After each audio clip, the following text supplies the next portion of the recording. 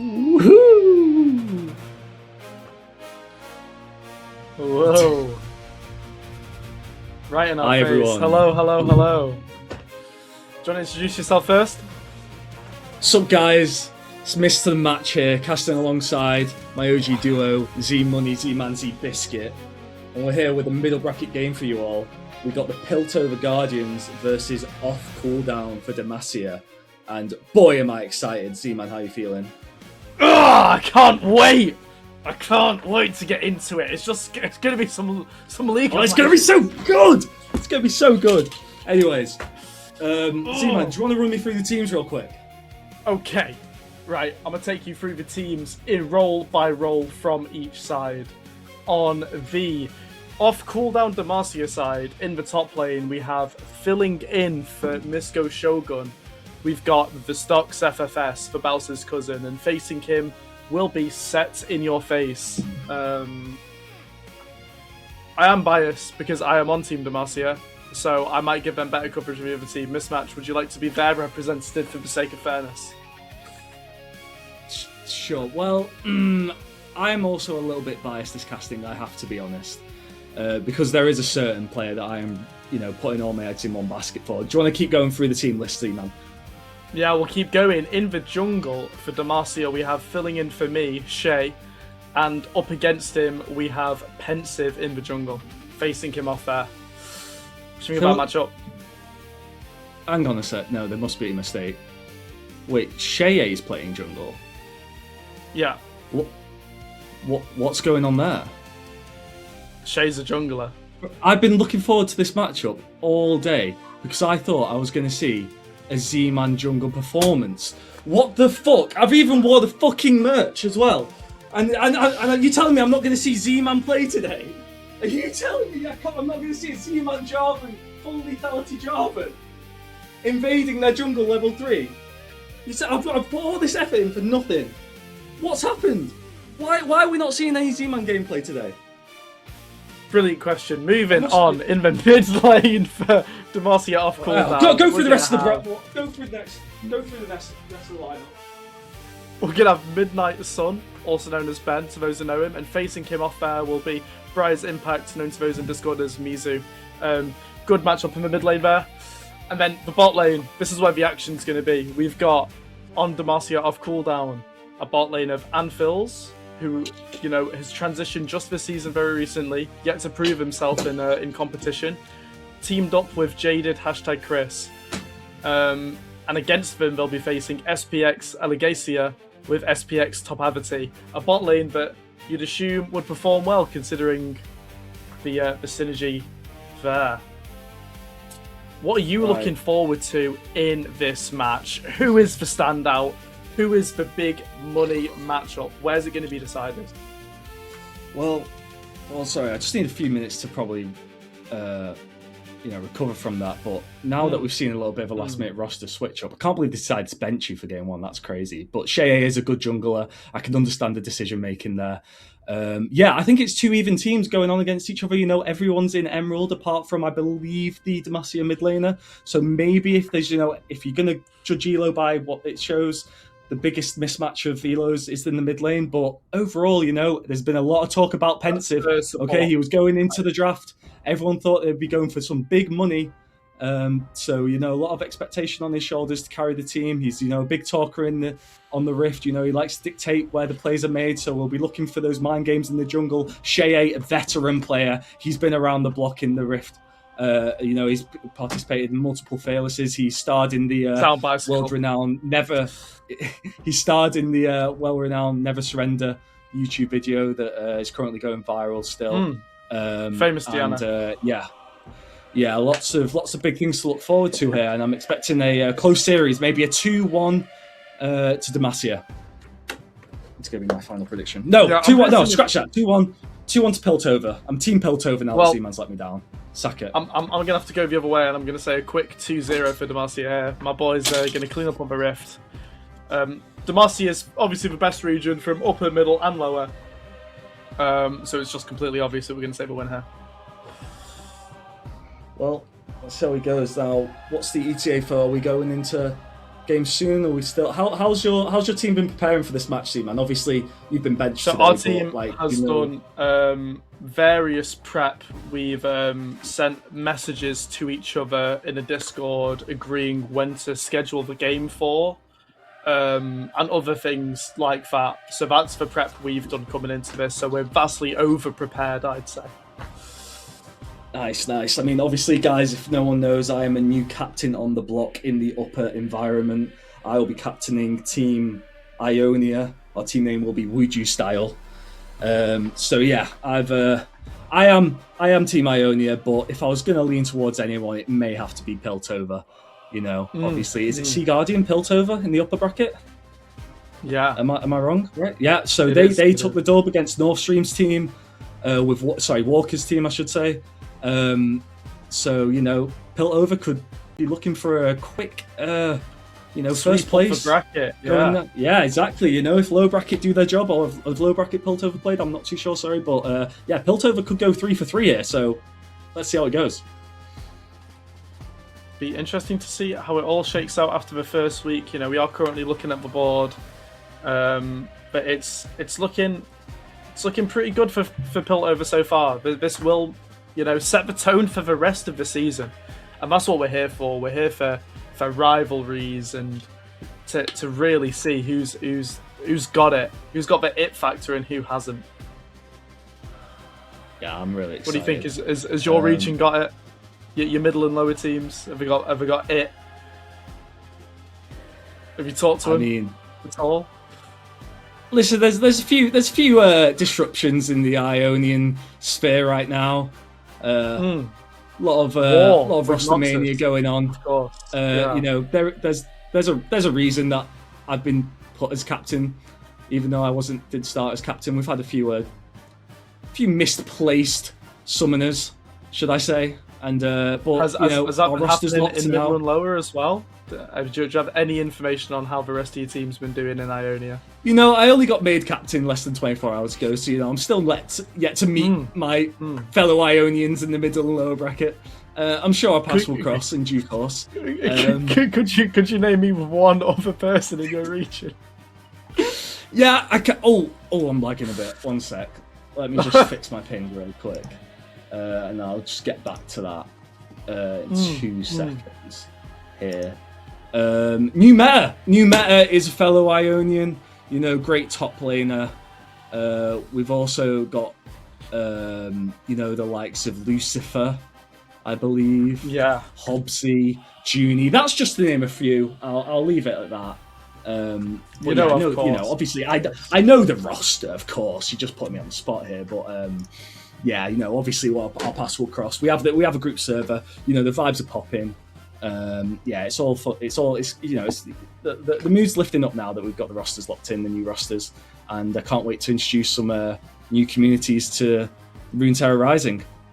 Right, looks like going to Champ Select here, Z-Man. What are we saying? What's your? Do you want to reveal any plans going into game one, or do you want to keep cards close to your chest? I am going to reveal that they've got a lot of assistance from Valinium, also known as Danny H from Demacia side. He's our upper bracket captain right now, and he's stepped in to say, you know what, guys, you need some draft help.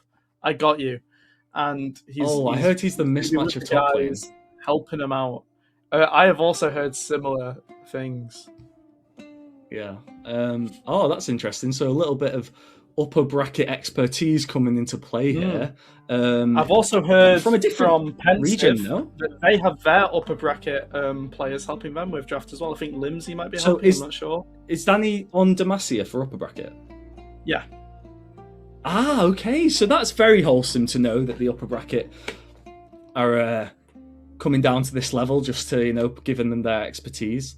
I wonder if Sea Guardian's been pulling any tricks. I see Limsey's in the chat. Maybe Limsey's had a little bit of a nosy in on the draft on the tier list and seeing what's going on for Team Piltover. I know he had a brilliant series yesterday, and he'll be hoping his middle bracket colleagues can do the same.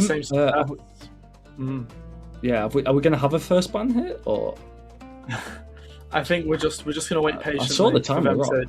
Okay, the time is still going.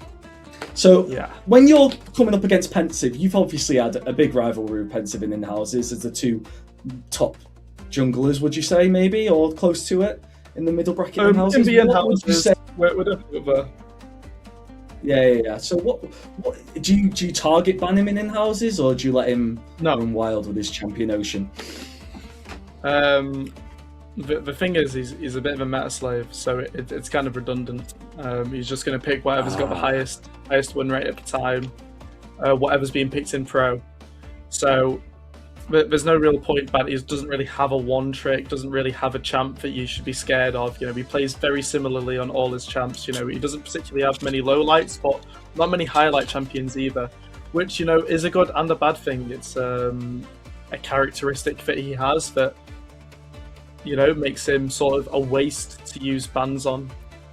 But at the same time, you can't ban him out. Yeah, I wouldn't know how that feels to not be banned out. Hopefully it's something I can experience for one of the games this season, but we'll see. Aurora, Carly, maybe. What rank are you at the minute, by the way? Since our first pick, let's go into that. They banned out the Jarvan. You can definitely tell that you're not playing now, because there's no way they would stop your Jarvan from entering the Rift after your recent solo queue performances. They have actually Aurora banned Luis's Echo, which is something he's been spamming in solo queue right now. Okay. Zeri's an interesting ban. Are we putting a bit of respect on Alexia there? Wait, not Alexia. And Philly. Oh, this is gonna be fun. Anvils, Anfil, and Filge. Yeah. Good job. Karzik's coming out. It's not a joke you see very often. Be interesting to see how they navigate this. We're going full solo queue vibes here. Yeah, Karzik's completely first pick. The tone of the draft straight away. You pick Karzik's, you tell them the enemy team, we ain't team fighting. We're gonna win this game in 15 minutes, or we're gonna struggle. Right, everyone in the chat, if you're able to speak, I want you to put your region in the chat so we can see what regions are watching now. Obviously, I'm from Ionia, but show your support for your regions now. Let us know who's watching, who's spectating, who's keeping eyes.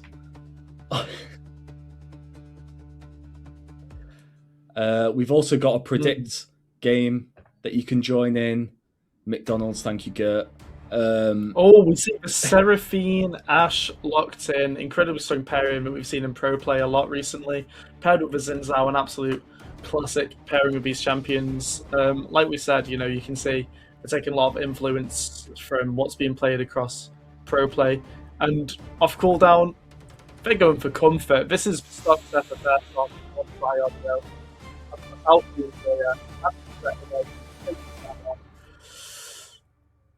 And he's happy. Your mic's gone weird for me, but maybe it's fine. I don't know.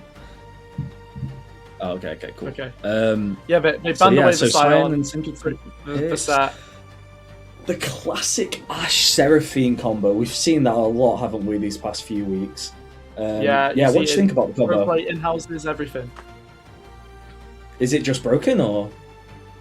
It's just so strong. It's really impressive. It's got a lot of poke. The all-in's good. The team fight's good. The pick's good. It covers so many bases. It's very versatile.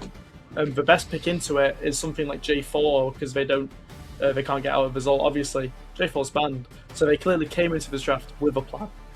And let's see if they get everything they want out of it. So they've already got the sign for scaling. Are they going to go giga scaling with the Smolder? Or are they going to be looking for those mid-game skirmishes? They're going so they just want to survive. This team, they've got Sion and Smolder and Syndra, 3 big scaling champs there, and it's going to be the Orianna locked in for Team Piltover. Quite even draft, I would say so far. To be honest, I don't think. Yeah, I think Piltover's just got a standard, solid draft there, covering all actions. It's way better. Piltover's engage is amazing. Their team fight's amazing. And their skirmishes are not bad at all either. They've got a very well-rounded comp that can be played into most other things. Now, off cooldown here, it seems to have a kind of pick comp. They've got the Karzik Syndra combo. That's insane lockdown. A Leona to pair with it. Crazy single target CC kill damage. So they're going to be looking to play around vision and pick out people where they're not supposed to be. Yeah, Leona, insane pick here. Obviously on 3 immobile champions is going to be very helpful for the team of Demacia. So yeah, I mean, I'd say that's fair. I don't think there's any clear winner draft-wise there. You say that your team's gone for comfort picks. I think there's a lot of picks there that Piltover are comfortable with as well. I know Pensive likes to play Jin Zhao. And yeah, wait, in fact, I've got the multi-op.gg's here. Let me have a quick look. Yeah, I play with Topavity on a second team. I know he's played as Seraphine a lot. Seraphine's actually one of his most played and most comfortable champions. Pensive spams Xin Zhao a lot. In the mid lane, I think Mizu's played a decent bit of Orianna, but he's more of a Aurora player, which is why he got banned out. And I don't believe the top laner really plays on. Is 666 set in your face? Yes. Yeah, it is. Okay. And he's played quite a decent bit of on with over 60% win rate. Yeah. So there is a lot of comfort on Piltover as well. Yeah.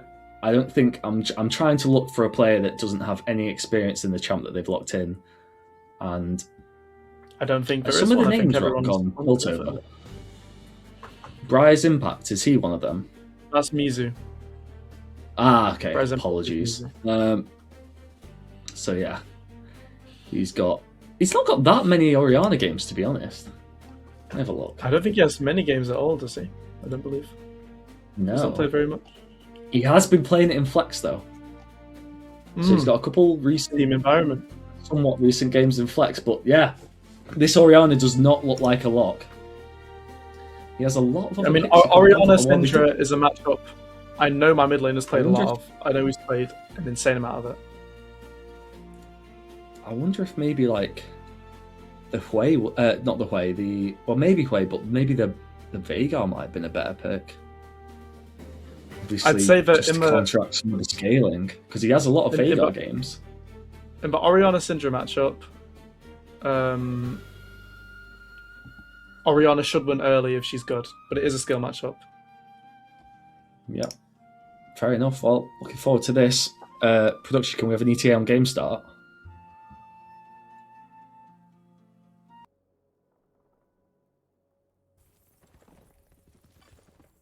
Whoa. Wow. So we see the SPX bot lane for Ionia, not Ionia, for Piltover taking this lane prio. That's gonna be really difficult for Smolder to deal with. Really difficult. Yeah, not too many level 1 shenanigans. Ward in each Wolf's Brush. Right. Yeah, we're looking for some fairly this mid lane standard is really volatile. phase. This mid lane is a skill matchup, so you know we might see absolutely nothing, or we could see one side start rolling over the face of the other. Oh, we got some skin comparison. This is amazing. Who do you think won the skin battle? And Phil's kind of letting the side down about having a skin there. Oh, Choo Choo On is kind of big, not gonna lie. It's a pretty goated skin. We see I'm double gonna first go strike. on the skin. Double first strike for off cooldown here. Shows you they are playing for that pick kind of playstyle. And Orianna not going phase rush shows she's not scared of the pick and she wants to win lane. Bold decisions across the board here.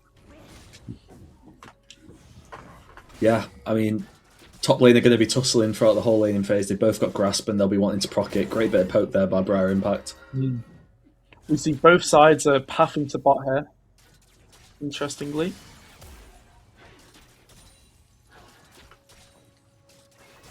Yeah. Jin Zhao does have a slow starting clear compared to Kha'Zix, I think. Orianna going for the resolve tree secondary. Do we know what tree Syndra went for? I don't think she went resolve. Now I think a little bit of an engage here bot lane. And nice Phil's is just too low to follow up. Jaded maybe shouldn't have taken that engage. Yeah. And maybe. The bot lane is looking really bad for them. I mean, Ashe Seraphine is known as an oppressive lane. I think they're already at a pretty big advantage in this lane now. Yeah. Now, as a mid laner, I always think the resolved secondary tree is a little bit broken. I agree. I think going blue from Sindra here is really greedy.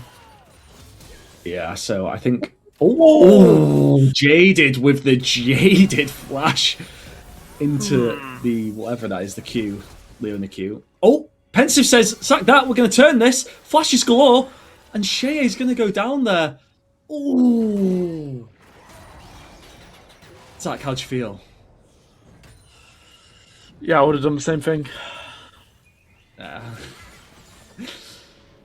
Shea, I mean, you can't really be too mad at Shea there. Leona did miss the flash engage, and then Pensive was just there to pounce on them. But yeah, that's going to be first blood over to Piltover. Yeah, I don't know what really happened with Shea's first clear there. I think it should have been a lot faster than Zin's out. Considering he skipped blue and Zin finished his entire jungle, I've kind of got to wonder if something went wrong on his first clear, something reset that we didn't see, that made it so he was a full camp down and still they arrived in bot lane at the same time. Yeah, I didn't even notice that at the time. Wow. Yeah, insane clear speed from Pensive, I've got to say, to match it there. Yeah. He's going to be taking the double crab, it seems. Yeah, he's got double crab and an assist under his belt. I don't know why Shea tried to contest that. Maybe he had some forbidden knowledge I wasn't aware of. Oh, Leona's going for this, but there's just nothing to go for. I think bot lane's in a pretty sorry state as well. Yeah, yeah. It looks right now like mid and bot, the blue side, are very winning. Yeah, I mean, 14 CS ahead, just bullying the Smolder as the Leona went for a gank mid that didn't work out. Leona.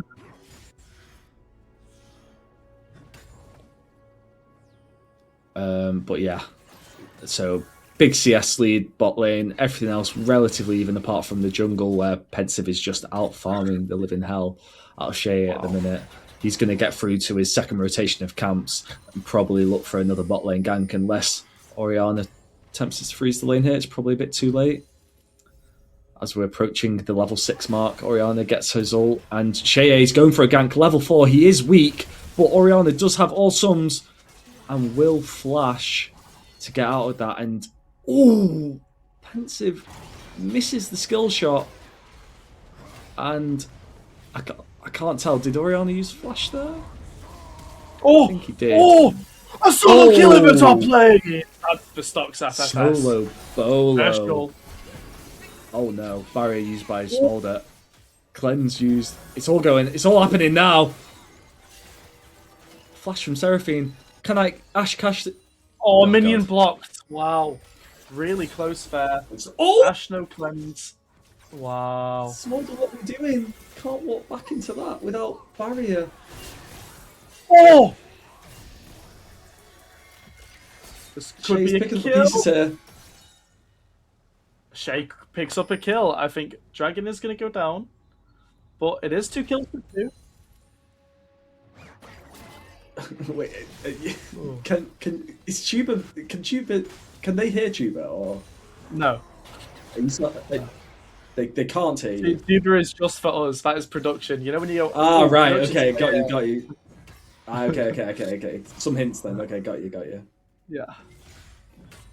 Cheers, Tuba. Right, I've cutting on. I've not casted for a while.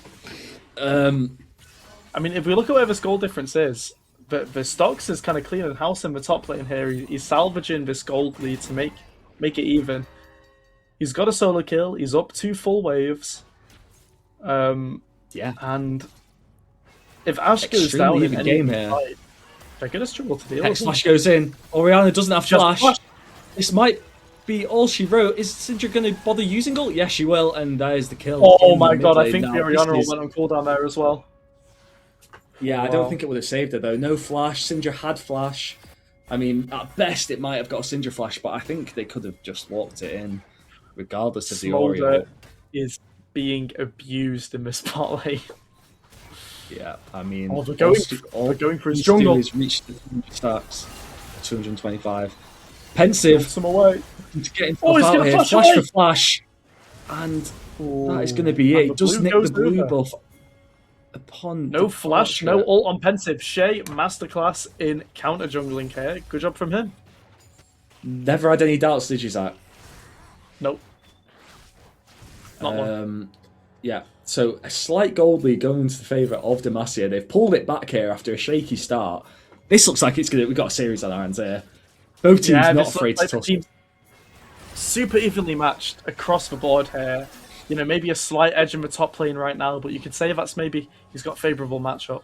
They're going to go for him again. He has no flash. He has no ult. He has no flash. Oh my god. This Leona will not leave him alone. Ash just going to run over the smolder here. Well, relatively she's taking a lot of damage trade. No flash for Leona. There it lands!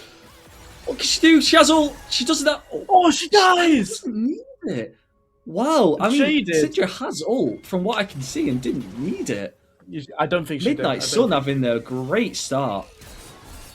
Oh, he's flashed in! And Smolder just says, sack it, I'm going in. Kill. All sums. Wow. My babies, my boys, 2k gold lead, have turned. 8 minutes 50. And I've got to say, I think everyone is putting in the work. Everyone's doing a really good job here. Yeah, Z-Man, I hope that bench is comfy because you might be on it for a few more weeks to come.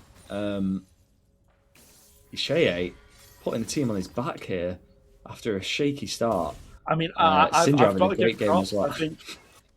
I think the main difference between us going behind and then going ahead is this Leona. This Leona's caught Xin Zhao, caught his flash, then they caught him again and killed him. Then she flash E's in the mid lane and gets Syndra not only 1 kill, but 2. Big props to Jaded here. He's done an amazing job. Yep, unfortunately, Piltover are on a bit of a timer here. They do not want this game to go too late with the Smolder, Syndra, and Sion stacks. So yeah, they're going to be looking to maybe take a few coin flippy matchups in the next 5 to 10 minutes. Or at least that's what I'd be telling my team. Better, to be honest. It's very hard for Kha'Zix to enter into these 5v5s and be useful. So, insta cleanse. Another no flash. Great gank for Shea here. Charmed under tower here. Under tower. It's not under tower. Somehow Shea escapes, having nobody experiencing any tower shots there. He was right on the edge. Arrow's stun stopped him going under tower. I think she ulted him too early. Because I'm confident that was the edge of rage. I mean, Ashe, no flash, no cleanse, going to be. It looked like he should have been. It looked like he should have been under. To be fair, that's crazy. We see Xin Zhao counter jungling right now, taking away Raptors from Kha'Zix. I think he's going to go for the Krugs as well. No, he's just going to recall. I don't know where Shea's pathing here. Oh! What, should he just be doing his camps? Yeah, he's got 2 camps up, but he's just ignoring. I don't think Drake's up for. Oh, it's up for in 10 seconds. Oh, he's just looking for a cheeky pick. You know, he's sacrificing his camps for that opportunity to get the kill and flip the Drake in their favour. Well, we know Luis has ran into Bush's blind before. The 3 Musketeers run into the Drake. Mid support and jungle. Oh, the patience is unbelievable. They might have a catch here. They do, but it's a lot to commit from Shea. He needs to have vision before making the play like that. The boss FFS, no, sorry, the stock FFS getting a kill top lane there. And we're going to continue the skirmish bot lane. Luis. Oh, wow. Wow. That's a 4th. That's an ace. That's an 11-minute ace, guys. Over to Piltover. Just when you thought Demacia were flying ahead, Piltover go to bring the gold lead back to even and pick up their 2nd Drake. What happened there, Z-Man? Yeah, so they tried to catch Xin Zhao. I don't know why, considering he has Xin Zhao ult, which makes him invulnerable to everyone outside of a small circle. So they just were never ever really going to be able to 100-0 him. Probably not the smartest choice, and after that, there's just nothing they can do. There's a smite reaction thing. What? That is sick. That's insane. Smite 400 milliseconds late. Oh yeah, that's crazy. Well, I guess it was uncontested because they had an ace, so we'll let it off. I mean, Sion in this top lane, yet again, the gold's dead even, simply because without any interference, he's 1,000 gold up on his opponent. I mean, every time we pan mid lane, Midnight has not missed a stun. Yeah, he's getting really good poke off. Whew.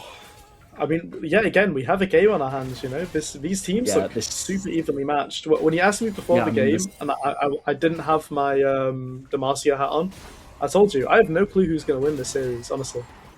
Yeah. Yeah, I mean, look, 23.4 to 23.3, it's completely even here. I'm really impressed with the Stocks FFS in this game so far. Where's the Drake timer? Is it on the screen? Top right. Yeah, 3 minutes 25. Oh, top right. Yeah, thank you, production. So yeah, it's gonna be a Hextech Soul. Oh, Pensive looking for the gank here. Oh, where's Stock's what's going on here? Okay. He's cleared the whole wave with his ult. Wow. And now he's just Kha'Zix is coming to meet him, but it will be a 3v2 though. Behind. They can't commit to this. Orianna's going to get here and clean up. Yay, Shay's got it. I mean, it's a 1-0, but Vaughn's going to lose the top wave here. Yeah. I think Shay just needed to give up on that a lot sooner and just do his camps. I think there was no surviving that. He knew Orianna based and was going to catch up. Syndra was sorting out the wave. But anyways, yeah, as you said, Sam got the wave. He's not going to be missing out much. He's got TP on spawn. Probably going to use that to pick up his wave. Syndra's about to be on 80 stacks at 40. This is ridiculous, by the way. When Syndra's at 120 stacks, she completes her passive and I believe gains 15% ability power. And there's an engage. Yep, Seraphine ult does land on the Smolder. He's going to barrier. And Shay and Pensive are joining the fight, but not before Leona goes down. Ashel misses. Smolder flashes. Yeah, Ashel on target, but Anvil flashes out the way. Yeah, I mean, the spot lane as well. Ash Seraphine. What can you do, Ash Seraphine? Yeah, I mean, going back to draft, we did highlight the fact that Rise Impact has not got that many games on Orianna, and maybe you could argue it's starting to show. Pensive getting caught here. Yeah, he's on his lonesome on the Scuttle Crab with no vision, just assuming the enemies must have paid. And Shay picks up a quick kill for Pensive's negligence. Yeah, I mean, that might be all these skirmishes going. Yeah, no, Shay is definitely getting the better of the mind games in the jungle, but you know, when it comes to the big fight skirmishes, it looks like Piltover is winning those. I mean, that's what you're going to expect with the Kha'Zix jungle. You know, the fewer teammates around, the better. Yeah, baby. Oh, they might have an angle here. Looking for another gank from Leona. Shay flashes in, flash for flash. Oh, going to be looking to. I mean, no flash on Seraphine. It's a dangerous game to be. The Battle's got his ult blocked. He might not get out here. Yeah, he's gonna. Yeah, he doesn't have ult to get away. Is anyone going to join the fight? Seraphine's on his way. Leona's going to base and say goodbye. He's just trying to get as many grass procs as he can there, and yeah, it's another death over to the stock. 4 people committed there. The whole of Demacia taking a reset, and it looks like they're going to go. Right, if you're Shay here, what are you doing? Are you going to contest Herald, or are you just going to get Drake, or are you going to push lanes? I'm killing Orianna and taking bot tower, but it looks like they have different ideas. There's it. Orianna TP for the fight. They can't fight this. I'm not sure why they're hovering. They could have got set up for Drake.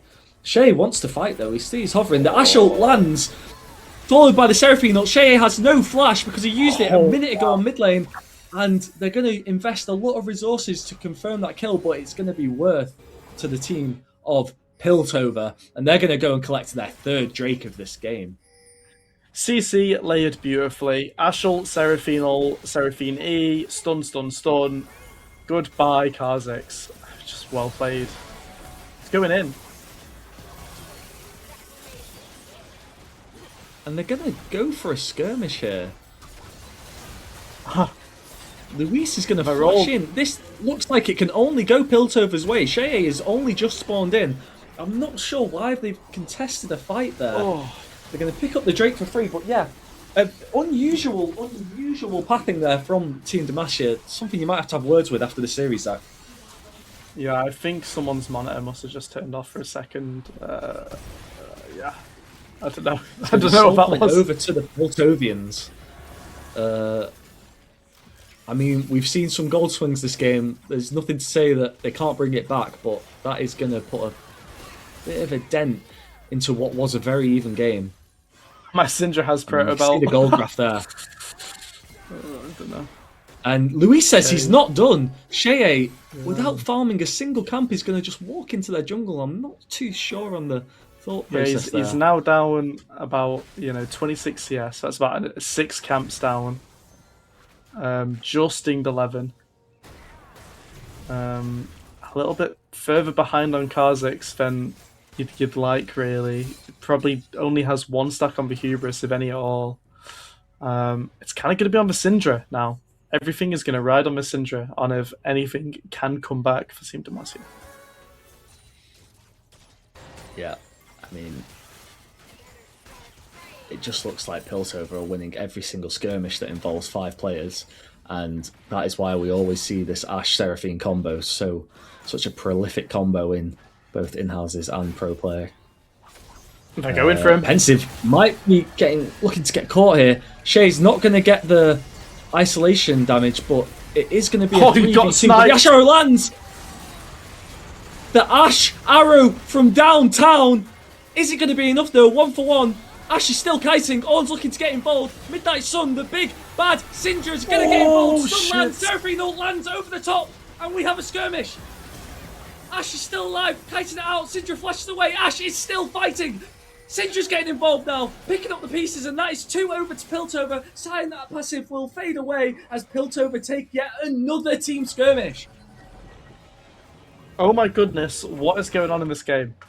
It's just random fighting over nothing. I have no clue what's happening, but, one team's come out on top and it's Piltover, and we're going to get mid-turret for their efforts. What a team fight. Ashe Arrow from downtown to kick things off. Everyone's scrambling to get involved. I mean, Syndra's still got some stacks, still got some items, can still be a threat, but yeah, they've got to somehow get to that Ashe before she starts peeling them away. Yeah, what's gold lead? Looking at a 2k gold lead to Piltover. The Smolder is nearly 3,000 gold behind. TP is coming in from Sion here. They're looking to pick the Ornn, but the Ornn's just going to TP out of there. Very mature TP there to get him out of danger. And that's going to be Sion TP borderline wasted there for that gang. Well, it's a teleport for a teleport, so... Yeah. He does always Drake's have Sion ult. 2 minutes here. Soul point. Now, if you're Demacia, you have got to be thinking about that Drake vision control over the next minute or so, because you cannot give them an early Hextech Soul. You need to find a way to delay this game. Over. You just can't play into like Ashe Seraphine with Hextech Soul. Here we go. Sion ult going in. Smolder 165 stacks, so will not be packing too much of a punch just yet. Shea jumps in. Pensive going to peel them away. And Ashe are going to look for the re-engage. Both bot lane ults coming in. Ornn ult follow. Choo-choo! Sion ult in! And they're going to be taken off one by one, front to back comp. Piltover. Syndra looking to get involved, but it's just a little too late. And that is going to give them all the pressure for what is the Hextech Soul in the next minute or so. I think we're going to go Baron. Re-engage from Piltover. They're going to go... Are they? Don't tease me like this. They're thinking about it. They're eyeing it up. They're going to go for it. Shea is down. Sion doesn't have TP. Yeah, it's gone. They do have the damage. I think now, we're going to can they get this Baron and get a quick reset for Drake? They die. I mean, Smolder does not have the stacks. Smolder, 188 stacks, does not have the execute yet. That's going to be a free Baron for Luis and his squad. And they're going to have enough time to contest this soul point. Wow, if you're Demacia, you've got to look for some sort of crazy pick, or this is pretty go big or go home here for Demacia. They've got to win this next skirmish, or it's looking like a lights out. Yeah, I mean, they're moving now. We'll see if they can... They do get there first. Well, they've given up mid Midnight prio, Sun. so they're probably going to lose control here. No mid with Baron. It's going to be rough. They're just going to push down mid. I love this And from Phil's- Piltover. They're not scared. They're just going to use the Baron buff to their advantage and look to pressure this mid wave. We might see a team fight here. Yeah, the boss. The boss. Sign looking to get involved here. Smolder's still not enough stats. Shay's going to get caught here. Tries to flash out. Seraphine ult lands on 3 people. Ornn ult lands. No one can get to the Ashe. He's just going to peel it out. Ashe still can't be found. And, oh no. Oh, dearie me. That is a 5-4-1 for Piltover, and they're going to look to end the game. What is going on, Zach? Yeah, an unfortunate team fight yet again. You know, 5v5s are always going to favour this comp, especially when they're ahead. It just looks like Demacia doesn't know what they're supposed to be doing. Yeah, well, unfortunately, they didn't have a wave with them at the time, so it looks like the end angle is not there. They're going to look to pick up the Drake, though, before the other team spawn up. Hextech gates are open, but if they go one by one like Noah's Ark, they will run into their own demise. This is not very coordinated by Team Demacia here. Syndra TP goes behind. They are weak. Demacia have had resets, but they've just got picked Leona for free. Orianna going for the base, probably got a lot of gold there to upgrade. They're going to contest this. Shay's on next to no HP. He's going to be looking for a steal. Xin Zhao doesn't care though, and yeah. Flashes over to secure it. Oh, Smolder looking for a sneaky pick on Ashe. Does get it, but Orianna ult lands. Smolder, oh, bloody hell. Seraphine ult lands. Catches the Scion. Yeah, this is rough. Scion with nobodies to help him, and they're going to pick up the Soul Drake unless Scion pulls off the impossible here. They're going to wait for his passive to run out. Not take any risks, and there goes Hextech Soul to Piltover. Now, this is one of those moments where you're half expecting an FFO in solo queue. Just every team fight going Piltover's way. 7k gold lead. Does Smolder even have execute yet? It's 25 minutes. I think he does. I think he might have just got it towards the end of that. 228. Is that enough? Yeah. Yeah, 225 is the break point. So that, I mean, listen, if you want a glimpse of hope, you've got to look at the fact that you've got Syndra, Smolder, Scion, all 3 late game champions, but is it just going to be a bit too much to swallow? Yeah, I think Syndra is about to hit 120, which is going to be the end of her stacking. 118 now as she's on. Yeah, Piltover have got 2 champs that can give shields there, which is very easy to shield the target that Syndra goes on. They're gonna very mature gameplay here from Piltover, looking to group up, not take any risks. Ornn's got the TP if they needed, but they're going to be looking to infiltrate the top lane whilst the big minions... Oh no, they've not got an inhib yet. They're just going to look to push the top lane together. 4-0-1. And yeah, I think if you're Demacia, you just need to look to try and fight, unfortunately. Try and get some sort of pick on you for the Ornn. This Hextech Soul is insane. They're going to get mid-tower. They are going to get mid-tower here. Might get a cheeky mid-tower for nothing here. Unfortunately, they can't really commit to a fight top because Ornn does have that TP, but Leona is going to start walking. Ooh. Ashe just misses. So does the Syndra stun, and Leona's behind. Stun lands. There's no follow-up. There's no follow-up. What is going on in the comms department? Sound Q lands, but the Syndra stun misses the chain CC. Leona trying to 1v5 the backline. I'm not sure. Yeah, Piltover's going to take game 1.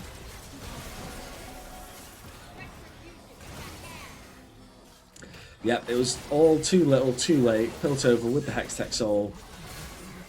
Great front-to-back team comp here. Not taking any risks. I don't know who their main shot caller is, but whoever it was, they've done a great job this game. Syndra's going to be here to try and delay the end, but the end looks inevitable.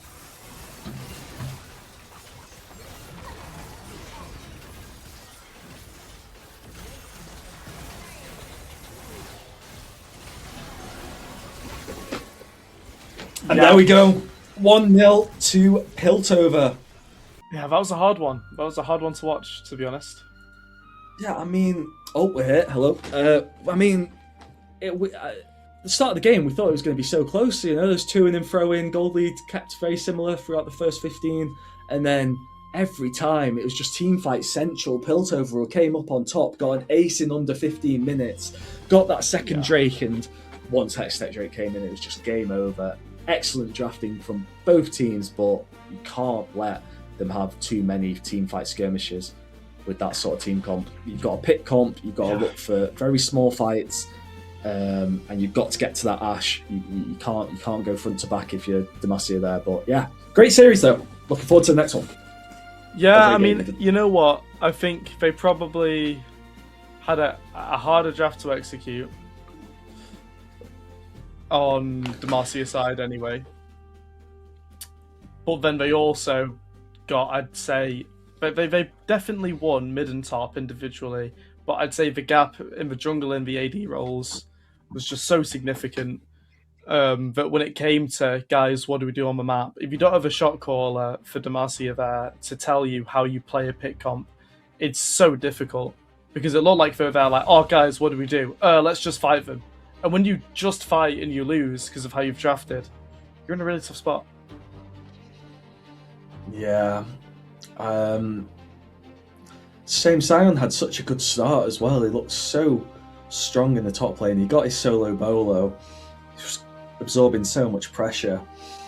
What do you want to see differently game 2, Zach? Do you want to see a little bit more of a team like easier? I want to see an easier Shay on a bit more of a less so. I want to see Shay on a champ where he can just go in. He doesn't have to think about coming in on a flank or going in at the right time. I don't want to see him on an assassin. I want to see him on a bruiser or a tank. Maybe a J4 steal away if they get blue side here. And they just, you know, they take, I don't know, Misfortune and another AoE mage, Victor or something, and they just send it. Sorry, production. Karen's like, yeah. Okay, so guys, that is going to conclude our first game of this 3-game best of 3 series. Piltover taking the early lead, going 1-0 up. We're going to send you over to a break, and then we'll be back with game 2 shortly. Peace.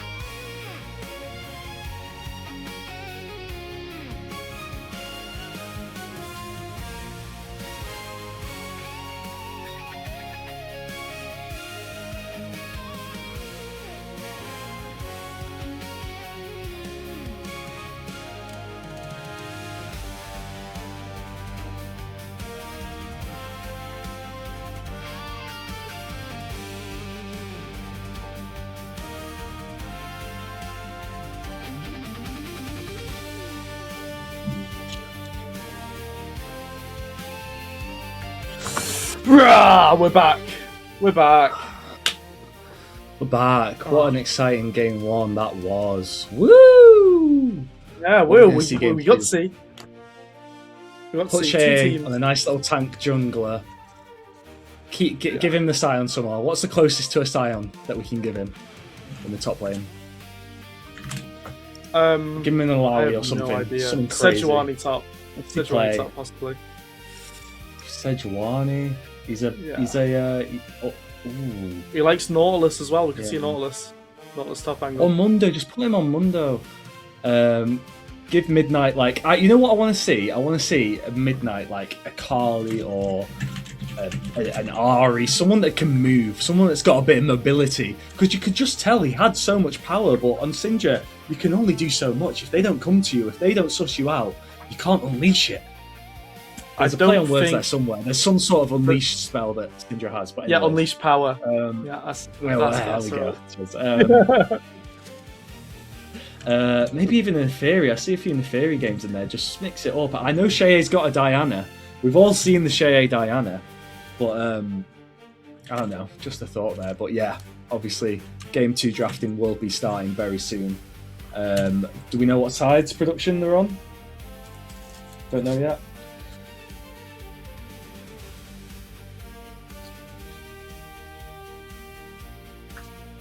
So I'm getting word that Cooldown chose second pick, and Piltover have chosen blue side. So it's going to be same sides, same pick order, and yeah, you're going to be looking for same bands, Zach, or I'm just getting some sushi tacos here, which look very nice. I am just going to believe that my team has had a little chat after that game one. I may know what they're supposed to be doing. I may know what they want to be doing. And they've got a plan together, and I'm going to trust in them, you know? Yeah. So, we'll see what they do, and we'll hope. We can sit and hope. That's where I'm at you know, right now. it's Swish stage, Zach. So, you know, regardless what happens, if you go 3-0 from this point onwards, you're still going to advance. No stress. So, you know, maybe they'll take you off the bench for the next game. Who knows? But yeah, shall we talk about some other stuff? Shall we talk about some upper bracket stuff? Yeah, go on. I don't know. I mean, I feel like whilst I've got the floor, I can talk about our new team forming. So I've decided to build up a new roster on Team Ionia. Me and Lime have stuck through it. We stayed in, but a lot of people are going to learn about the names of Ona, Vray, and Felix, who will be joining my team, who I know from some Prime League stuff I've been doing with them. So yeah, I hope everyone's excited to watch us face up against Gallant's Noxus team. Hopefully, sometime this week. There's their mid laner, the Noxus mid laner, has unfortunately experienced some sort of I don't know, how can we put it? Some sort of maybe a 3-day ban from his account, but he will be back. So yeah, once that game's scheduled, looking forward to that. Is there any what would you say is the strongest middle bracket team, Zach, across the board? Are these one of the two titans? I would say ours. Yeah, honestly. Do you really back in yours? After you've just been pummeled and not got a single Drake? Well, we had 60% of our actual team, so I'd say we're 100%. Yeah, I'd say we're the strongest. I'd say this Piltover team is, you know, a strong second place contender. But I'd say the other two teams are I can't remember their names, but the team with Murmur and Evil Capybara, and the team with Syl and Snow are the other two teams that I think are top 4 contenders. Why don't we talk about our recent solo queue experiences? Like, how's solo queue been going for you? I see you've been racking up a serious amount of games recently, getting your practice in before the big day of your I got to Emerald 1 96 LP, so I'm quite happy with that. Okay. Yeah. Oh, nice. So are you still Emerald 1 or? Nah, teammates. You know how it is. Oh, I see a bit of bit of a rumble on your OP.GG hit. Is that 9 out of your last 10 games? Yeah, losses. Yeah, that have gone against you there. Yeah, believe so. I don't know what's happened there. At least the Yi game worked out. Are we going to be seeing a Yi game in the Runeterra Horizon? No, big fan of Yi, fellow Ionian. Well, obviously our team name's Wuju Style. Wuju Style. Well, you see, I had a best of 5 series. Shout out to Bushy for the team name suggestion. But yeah, I had a 5-game series actually yesterday. Oh yeah. And it went to game 5, and we were up 3k gold up in this game 5, and then we lost 4 team fights consecutively and lost the game and lost the series. So I decided to tilt you 8 games straight, and I lost 7 of them. So there you go. Demacians love Don't tilt you, bro. So yeah. Anyways, my solo queue's been going great at the minute. I'm currently at my peak, which is 235 LP in Masters. So might play a game tonight and reach a new peak. Who knows? North Stream, shout out to North Stream for asking me to duo today. That was very kind of him. Big shout out to North Stream. Love a good late night duo queue session if anyone's out there in Master Elo. But yeah, solo queue's been really fun. Been playing a few new picks on my Smurf as well. Haven't been going too well, but we can try. Yeah, I think you should pick up Karma, bro. You seem like a Karma player. Karma, that is a fellow Ionian. I have to respect my fellow Ionians. Where's Zach from? Is Zach an Ionian? Zorn Armored Combatant is what Zach stands for. For God's sake. I might whip out a Zach in here, but anyways. I'm not sure there's any Ionian champs that I play. Akali? You play Ari. Ari, that is very true. I do play a mean Ari. I'm not going to lose my champion pool. My champion Ocean. Don't have time to go through all. Yeah. But yeah. Oh, I see you picked up the Echo like I asked you to. Yeah, wait, your last 3 games actually look horrendous. You got an ace in all 3 of them. Yeah. And you got an unlucky in all of them as well. Wow. Wait, this actually looks a bit corrupt. Love a good take for you, though. Please, can we not? I don't want to talk about my solo queue anymore. Guys, that is Zman #JNR in the OP.GG if anyone wants to check it out. Right, we're going into draft. Game 2 underway. Obviously, this is Fearless. Although it's Runeterra Rising, we're still on the Fearless regime. Looks like all of your comfort picks on Demacia have been swiped.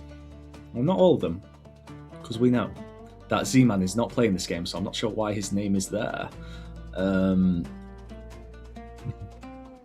Okay, we've got the main team rosters up, so you're just going to have to ignore that. Z-Man is obviously Shea. I think there's some other switches on the other side, but it does not matter, because the first ban is going to be... Oh, I thought Who knows?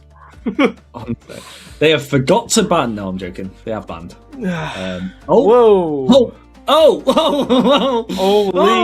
we got some leads. I mean, a little bit of technical difference. I don't like what I just saw. Over in the comments. I really don't like what I just saw. Yo, if the game's ready to go, you may as well just flash it, but I don't know. Okay, it's not ready. Let's run it back. Rewind. Reload. No one was watching anyways, it's fine. Here we go, a Carly ban, Aurora ban, yeah, no one saw a thing.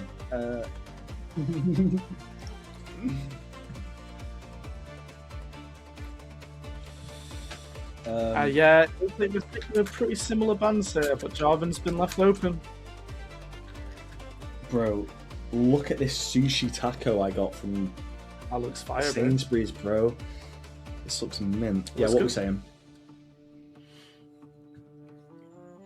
What are we saying? First pick, Pantheon. Any of those bans changed? Yeah, they dropped the Jarvan ban from Piltover. Did these bans get your seal of approval, Zach? Did you know about these bans? Nope. This is all Danny. Okay. J4 response, now that it's been left open? J4? Didn't see that one coming. So, J4 picked early, so you're just praying that Piltover picks some mobile champs, but if they're wise, they will think against it. Obviously, Pantheon has got a jump.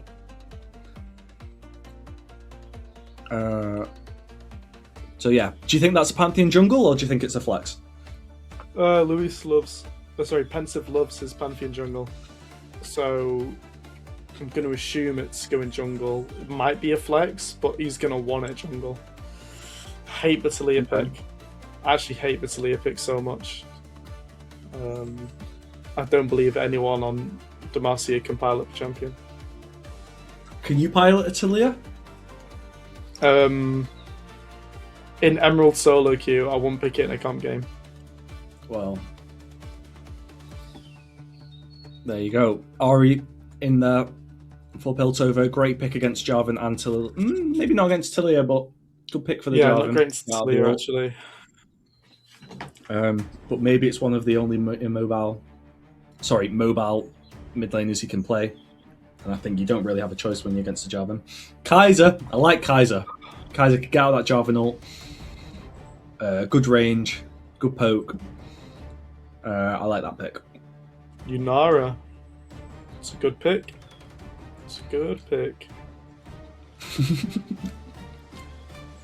You don't seem too thrilled about this draft, Zach. Do you like to take the lead when you draft for your team? Yeah. I like to draft. I like to shot call. Anyone who's played a game with me knows I'm a vocal player. I can't shut up. Just like do you like to bring the vibes? That's why I'm good for the job. Oh, I'm 100% a vibes player. Yeah, 100% a vibes player.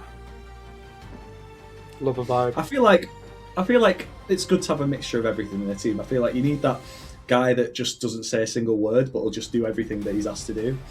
You need that guy who just speaks too much, maybe like the Crowley of Lost Returns sort of vibe, that just wants to dictate how the game's played. Maybe you want like a mid laner that can just like do coin flippy thing here and there and then forget which lane he needs to run to, just to cause the enemy team some confusion. I think there's a lot of I think in terms of like a good makeup of a team environment, I think Lost Returns are actually a great example. Because Baus obviously will talk, but he's kind of just playing his own lane. Nemesis will give information and he'll like call off a bad play or call for a good one, but he's not always talking. And then you have jungle support, which are just yapping all the time. And then ADC, sometimes they talk, sometimes they don't. Usually better when they don't, in my experience. But fun fact for those watching: Seraphine continues her 100% appearance in all series and 100% win rate. So Tuber will be excited to know that Seraphine looks like the pick of the tournament thus far. So get your Seraphines locked in. Champ's in a good spot right now. I mean, Mundo, what did I say? Wow. I did say I wanted your team to pick it though, actually, but Mundo is... what's the support pick? I think Mundo's a really good pick. You really have the damage for it unless Yunara gets hit in. It's really difficult.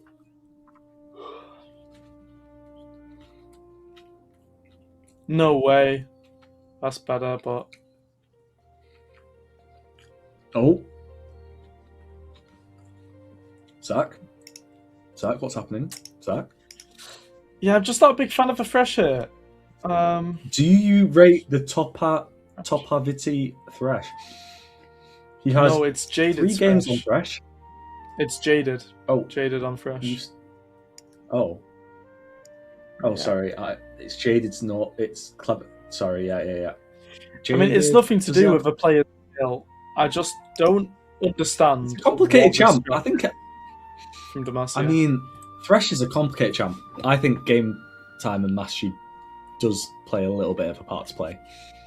But we'll see how he pilots it. He's not played any Thresh games recently. He played one 5 days ago in the Flex. Oh, maybe a couple. Okay, he's played a couple games of Thresh this week, so it's not completely unknown. But yeah, both teams with 2 hook champs. That's exciting to see. Yeah, I mean, it's quite obvious. On the left side, on Piltover side, we've got super obvious pick comp.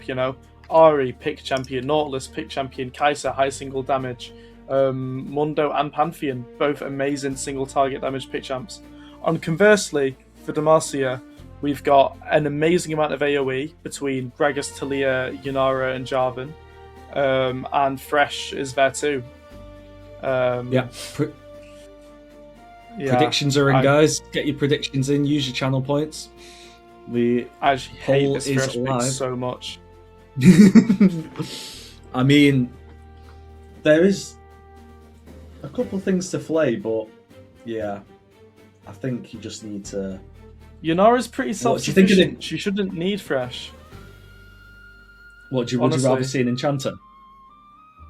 I mean, you don't really want to pick an enchanter into Kai'Sa Nautilus. I think the Alistair pick they were hovering was good. They don't really have damage to get through Alistair unless Kai'Sa's focusing him down, right? Yeah. And it's not really going to be a front-to-back sort of angle. You can't ever catch Alistair. If you see him, he just ults, and when he ults, you can't kill him. So I think what they really needed was an Alistair that can, be in dangerous situations, try and find those picks, maybe lock down Ahri when she ults in, just a quick WQ, knock her up, Ahri's one-shot. It's the kind of champion that would have given them exactly what they need. They can peel Pantheon, they can peel Mundo, they can peel Nautilus. Fresh, he can peel, but the only person that he's really looking out for here is what? Talia? Yunara should be fine, so I just think Alistair is a much better pick and a better pick in lane. So, hey, but what do I know? Well, this might be a middle bracket game, but it is two upper bracket players that are using the pulling the strings in the background. Limsey has drafted up an absolute monster draft here against what seems to be a semi-decent Danny draft. And there's going to be some fun games level 1 here. Midnight Sun. Has Pensive got the my god. Oh no, Zach, what's going on? He's dead level 3. Oh! And level 1 trade, that bot lane doesn't look much better. Is he going to proc the passive? He is. They can play this. Yeah, Yunara's really strong with the Q here. Yunara is strong. He's going to be peeling out. Wow. So important. That is so important for this lane. To see it. I don't think it was a complete game changer, but it is going to make a massive difference to the way that trade went out. Has Thresh gone hook level 1 or Flay? Yeah, went E, I believe. Yeah. Wow. What spicy level 1. But yeah, Talia has chosen to base TP without flash. Oh, wow. And so at least she doesn't miss wave. Yeah, I guess. Listen, if she doesn't need to base for that whole TP duration, then it's fine, but it's going to be very difficult. Yeah. Because Ahri can shove the wave very quickly. He's not looking bad on Talia. Last time I talked to him about it, he said he wasn't very... Oh! Good bait. It's a really good bait from Jaded there. And the emote. Yeah, hook. Respect. Nautilus Hook's a little bit wayward so far. Yeah. But let's see if it matters. Trades going off everywhere. Jungle pathing, fairly standard. Looking even. Let's see both Shay goes for the... Let's see if Shay opts for the skip blue buff and go into the bot Good gank. trade there in mid from Ben, getting a full rotation out onto that RE. That's probably going to secure the priority for this bottom Skull Crab. So Pantheon's going to be a bit homeless, and he's probably going to run top lane after he finishes his clear. That's not Ninja Eagle then, is it? No. That's Midnight Sun in the mid lane. Okay. Yeah, so we do see this Talia with Prio. Obviously, Ahri does have a passive which does give her little heals here and there. Not quite sure how it works, despite having a million Mashy points. Right, there's a slow push into this bot lane, so they're not really at risk of a gank. But that does mean that they've lost Prio, and Ahri's just TP'd back. So, oh, the hook! Oh, he's so deep, he's going to flash here. Oh! What's going to happen here? First blood goes in from Kai'Sa. First blood to Demacia. Can they make it too? No flash from Pensive. I think he wins this. I think he wins it. Oh, there's the barrier. Here's Talia. He's there though. No flash on him. Oh, oh.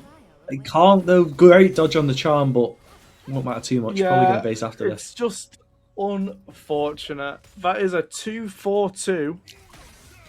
Pantheon picking up both of those kills. Yunara still has picking up flash. one of Was there a world where she used flash for an advantage there? No, Ari was right there. I think it was a little cooked. I mean, maybe an instant flash E would have saved her, but regardless, she still has flash for if there's another fight, whereas there are no sums from a Piltover bot lane.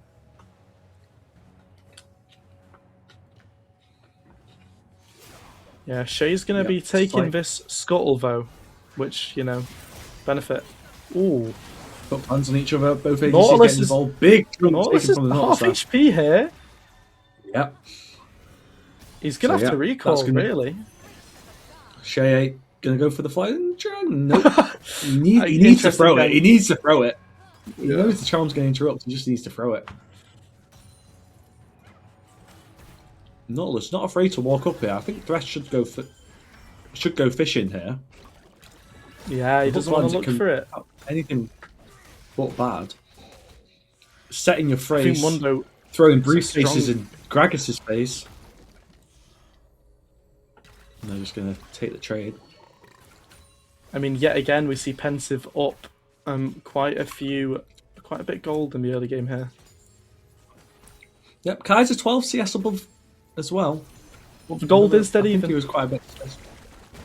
Oh, another nice trade in the mid lane. He's going to land, but he lands the charm. It's going to be rough. Doesn't hit the second bit of the Q though.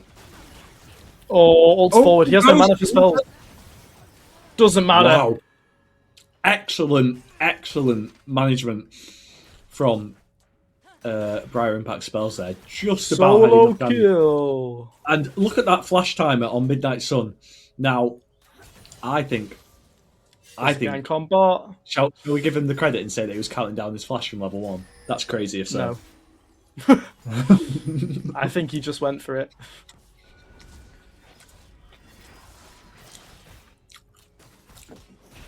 Come on, you gotta give them middle bracket some credit. Oh, they're going for it. I'm just saying doesn't dodge. Oh! That's on Yunara. Well, it might be a bit too much. Shay's in there with the flying they're dead. They're so dead. Cooked. So cooked.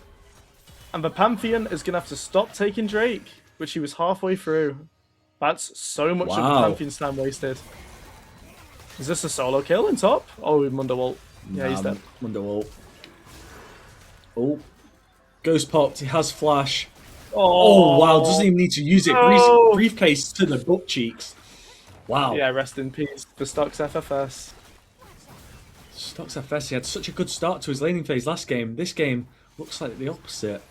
And first Drake this that Mundo's going to be a monster. That is first Drake going over to Demacia. Yeah, awful death for Gragas. Doesn't have TP to recover the lane. Right, it's going to be a long, sad and lonely walk back. So the Pantheon is going to go for the invade, despite having no prio in mid. Oh, is he going for a mid gank? Oh no. He's going to be caught there. Yeah, Fresh is dead. A little I bit don't know too what's greedy, going on. Really. Oh, by the way, congratulations, Zeman. Why? You got your first Drake of the tournament. Well played. Demacia getting the Infernal Drake. Don't think it was shown that. Pensive going for a little cheeky invade here. He's going to butt heads with Shea though. And the Ari is hovering. I don't think Talia knows he might be cooked here. He's going to fight him on it, but Ari is just right there. He's just dead. Every spell line. That's a really bad death. I mean, the death timers aren't crazy right now, but Ari's going to look to gank mid with the Pantheon. I don't know where that charm was going to. I've just seen that charm go past my bedroom window. Well, it does not matter. That's two picks from. I've got to ask questions to Talia there. They knew where they were because of the J4 kill. Skirmish in the bot lane here. Looking to get something back. They might be able to get two here. Oh, takes the hook. Flashes out. Ah! Great pick from Yunara there with the whatever the hell that spell is. Is that an ult? Well, it makes like a massive. That's her W. That's her W while she's in ult form. So when she ults, her E Ah. becomes a dash, and her W becomes a laser beam. Holy. Yunara with the Lux ult at the end of that to snipe the Nautilus. Yeah. So that is 2 for 2 Great essentially. Snipe in the grand and scheme of things. fills.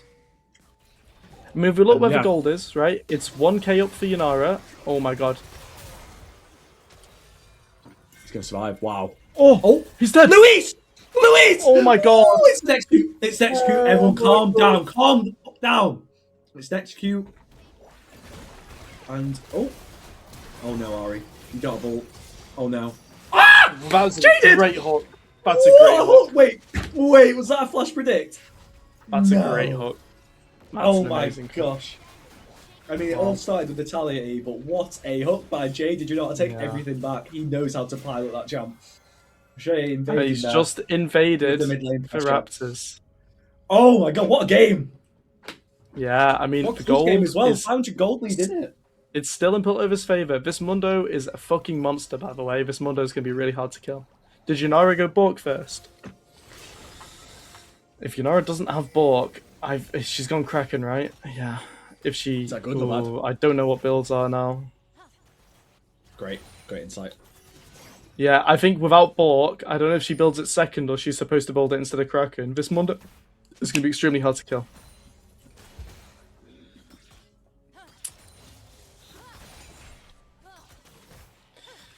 If you're jaded here, don't you just fish for hooks? I mean, I guess you don't know where Pantheon is, and he could ult. Yeah, Pantheon's actually lane ganking her, yeah. Ari, ult is up.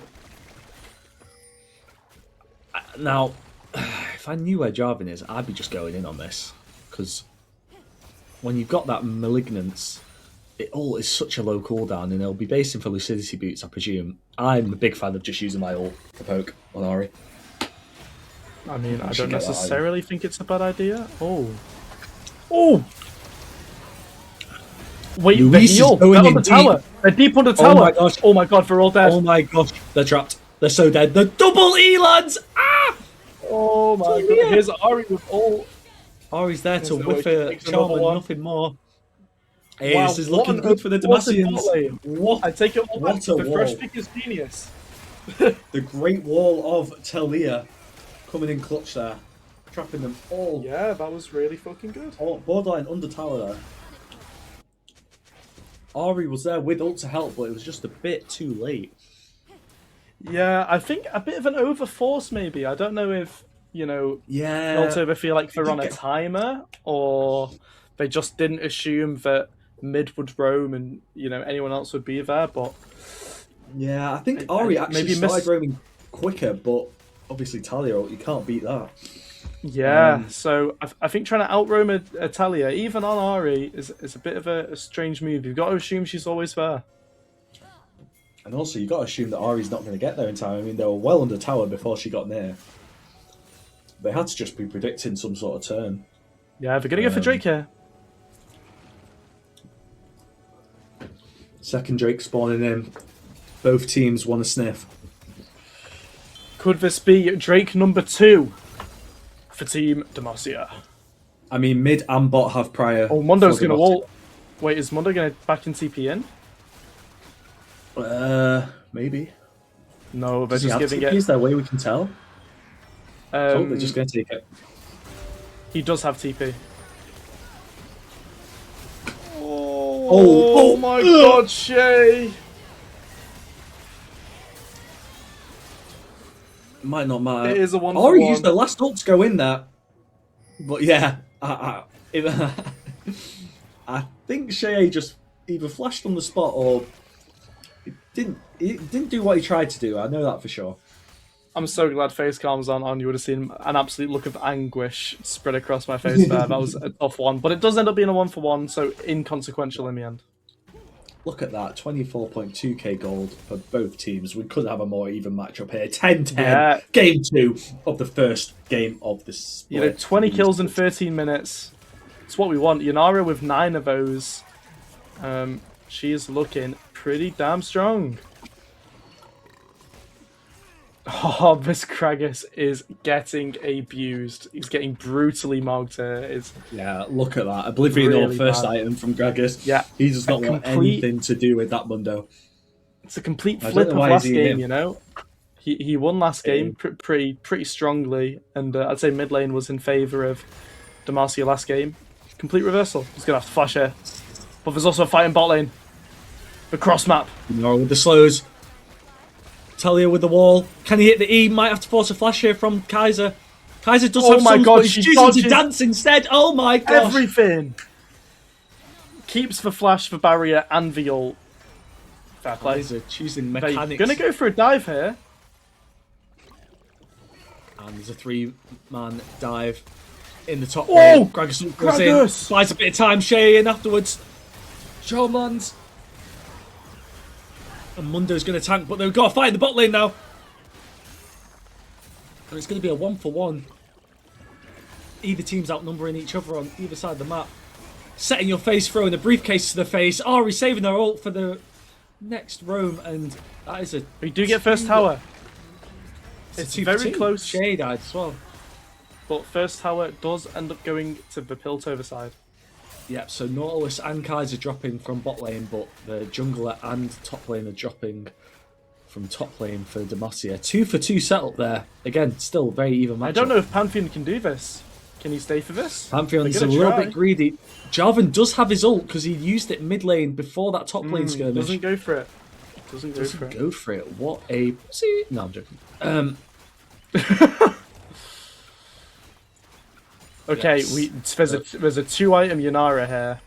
She is going to absolutely melt anyone when she ults. She has Fiend Hunter bolts here, which for anyone that doesn't know gives you a guaranteed critical hit for your first 3 attacks. And if it would already crit, there's a bunch of true damage. So it's going to be a monster Yanara on 2 items here. You have to be very careful around her. Sorry, Michael, I'll stop eating now. Skirmish is going to happen now. And this might be a little bit too deep for Demacia, but let's see. They do get first blood of the series. Oh, he's charmed. Oh, lands. Ahri could go crazy here. Ahri could go here. Somehow, Shay has managed to thread the needle. But here comes Gragas. And great engage from Shay. What the hell is going on? A 5v5 around absolutely nothing. And Fresh dies to another Ahri Q. This Ahri's on fire in this team fight. Oh, and she dodges the Talia combo. Oh, Ahri is styling on him. Oh! Charm lands! Talia will flash away. That is. Oh my god! She's got a bit too giddy there. Just got a bit too giddy there. Bry's impact. He got a little bit groovy in the forest, but then thought he could hit that flash charm, which he did. But it was just a bit too much. Not respecting the Talia flash. Great flash charm. Could have been, a kill there. Unfortunately, Talia flashes out. Gragas gets the knock up. Jarvan gets the knock up, and that's a wombo combo. And Gragas overstayed his welcome. His and Phil's. Are they going to play this? They decide not to, and that's just 1 kill for nothing. Yeah, I forgot our mics aren't on crisp on Discord, aren't they? So it's not got the noise suppression. Yeah. It feels bad. Is that Inara? There might be another fight here. They're sort of grouping around middle here. Yeah, I mean, Drake's up in 16 seconds. They don't want to let them get to soul point. I mean, Demacia are in a better position. And here comes Gragas. Yeah, Gragas no TP. If Piltover wants to do something, they need to do it now. They're going to go for the engage. Yunara is caught. He has died. Yeah, this is going to be a win for Piltover. Yunara's dead. Oh, Ahri goes into the Teleri, but doesn't get comboed. Excellent engage. They realised that Gragas had based without TP. They knew the timing was now, and unfortunately, Yunara stepped up a little bit too close there. Nautilus hook lands, ult lands, chain CC. Great action play from Piltover. Yeah, I mean, fair win conditions catching Yunara, which is not an easy task. However, that is the first perfect smite of the series from Pensive. Well played, mate. You can say it like you mean it if you want. Well, it was uncontested. If it was contested, I maybe pull a bit more. Yeah, a bit more genuine. Yeah. Yeah, Yunara getting caught there. Had no flash, had no barrier. lose a soul point. But they get mid tower Yeah. here. And there's going to be a fight. I don't think this looks good for them. Oh, Oh my god. he's going to go in. Damage is coming out. Mundo's low. Can they kill Mundo There's the before his ult? The hook lands. I take it all back. They're chasing. Actually look really good there. Our result is already back up because of her CDR build, but We got Yunara lots does of not charm give now. a single flying fudge. Oh, what's that 2 kills? Yeah, and I think they're going to get Herald here too. And Phil's is looking really, really good in this Yunara right now. Complete departure from the Smolder. He did get a solo kill in the Smolder game, but he's absolutely running this one. 4.8k damage in that short little fight. Yeah, I mean, she got ahead early, and their teammates just thought, yeah, we're just going to get behind the Yunara, and if the Yunara stays alive from that initial engage, then she should be able to wipe these team fights. Pantheon ult. Gragas no flash, no ult. Flash required from Gragas there. So, but I don't think Gragas needed sure to if flash he would there. have been. Yeah, I was just about to say the exact same thing, Zachary. Ahri does not have ult to chase, and he has the just trust in the ult, or see if the ult hits, and then if not, then maybe flash. But I think an ult was all he needed there. Anyways, no flashes for Team Demacia. All flashes are going to be up Piltover. Yeah. So if Piltover are tracking flashes, then go on. Unfortunately for Shay, his ADC is begging to take his camps. It's just been taking his Raptors, and I think his red buff on spawn here. So he's already 2k down. I think he's not going to finish the second item very quickly here, which is really bad because this Jarvan's going to be super, super squishy. Down so much gold. But yeah, the point about the flashes is completely right. He's saying they're missing a lot of key summoners. Yeah. Talia Flash is just coming up now. Thresh Flash coming up, so a couple of them do have flashes now. But yeah, if they were timing them, none of them had flashes against 5 flashes there. So something to think about. Do you time your flashes, Zach? Nope. Okay, well, that's probably why you're Emerald too. Anyways, Gragas picking up some damage on the top lane there. That tower is almost going to crumble. A bit of a lull before the storm here. 2 minutes till Drake. Neither team wants to make a mistake that they, can't really take back. It's all going to pop off around this Drake, right? Oh, there's Hooklands. Do they want to fight? The Inara cannot die here. That is the important thing, but she will. Wow. Yep. There's a TP. Oh, I don't want to watch, Zach. I don't want to watch. No flash because he used it top for no reason. Body slammed the wall. It's hard to watch, especially. And that's Baron. Must be there. How was that, Zach? I don't know what play you practiced in scrims, they were thinking. I don't know what they were thinking. We haven't had a scrim. Yeah. I haven't actually met the whole team yet. So probably won't if they keep benching yet. Jaded, probably not the best call there. He's walking in. He still has flag and drag. There's no vision here, so he's going completely blind, but he wants it. He wants his highlight reel moment, but Mundo is not going to give him it. And let's see the smite. Great smite there, Pensive. We're gonna fight. Nautilus might not. They're in. They want to, and I think they can. Okay. Flash into ult. Pensive flashless. He's kills there. Yeah, Pensive caught between a rock and a hard place there. Shay says he's not finished yet. He's going to get the Ahri. Now, I'm not going to lie. Ahri ult being used with Lucidity and Malignance, it does not really matter. It's not going to be up for Drake's spawn, I believe. Drake is in 25 seconds here. Oh my god, what is this? Jaded is playing with fire, isn't he? Wow. Anyway, Drake up in 15 seconds now. Pantheon does have ult, so he can ult into the fight. Ahri won't have ult, but it depends if they do it on spawn. We need to see what happens here. They're looking for a pick. We've got to be patient here. Mundo's probably going to throw a briefcase into this bush. Might think it's safe now. Right, so now if they can proc the Mundo ult before Drake, that will be optimal. But they're gonna. Oh no. Inara might die here. Guys from the back line. Guys are on the back line. Inara is going to flash out, but it's just a little bit too much. Inara has to play safer. He doesn't have these big tanky champions in front of her. She has to play back. And they're going to get 2 picks for nothing there and a free Drake, which is going to bring them back to 2 apiece. Yeah, I mean, we saw exactly what Piltovers. Oh, and he's down to electrocute. Nice kill from Mizu. A bit of a replication of what we saw Shay try and do on the opposite side after Baron. But this time, Bryce Impact gets the kill. Yeah, Shay just can't let bad team fights go. He feels like he needs to do something to recover, but sometimes you just got to bite the bullet and get out of there, reset with the team, and go for the next objective.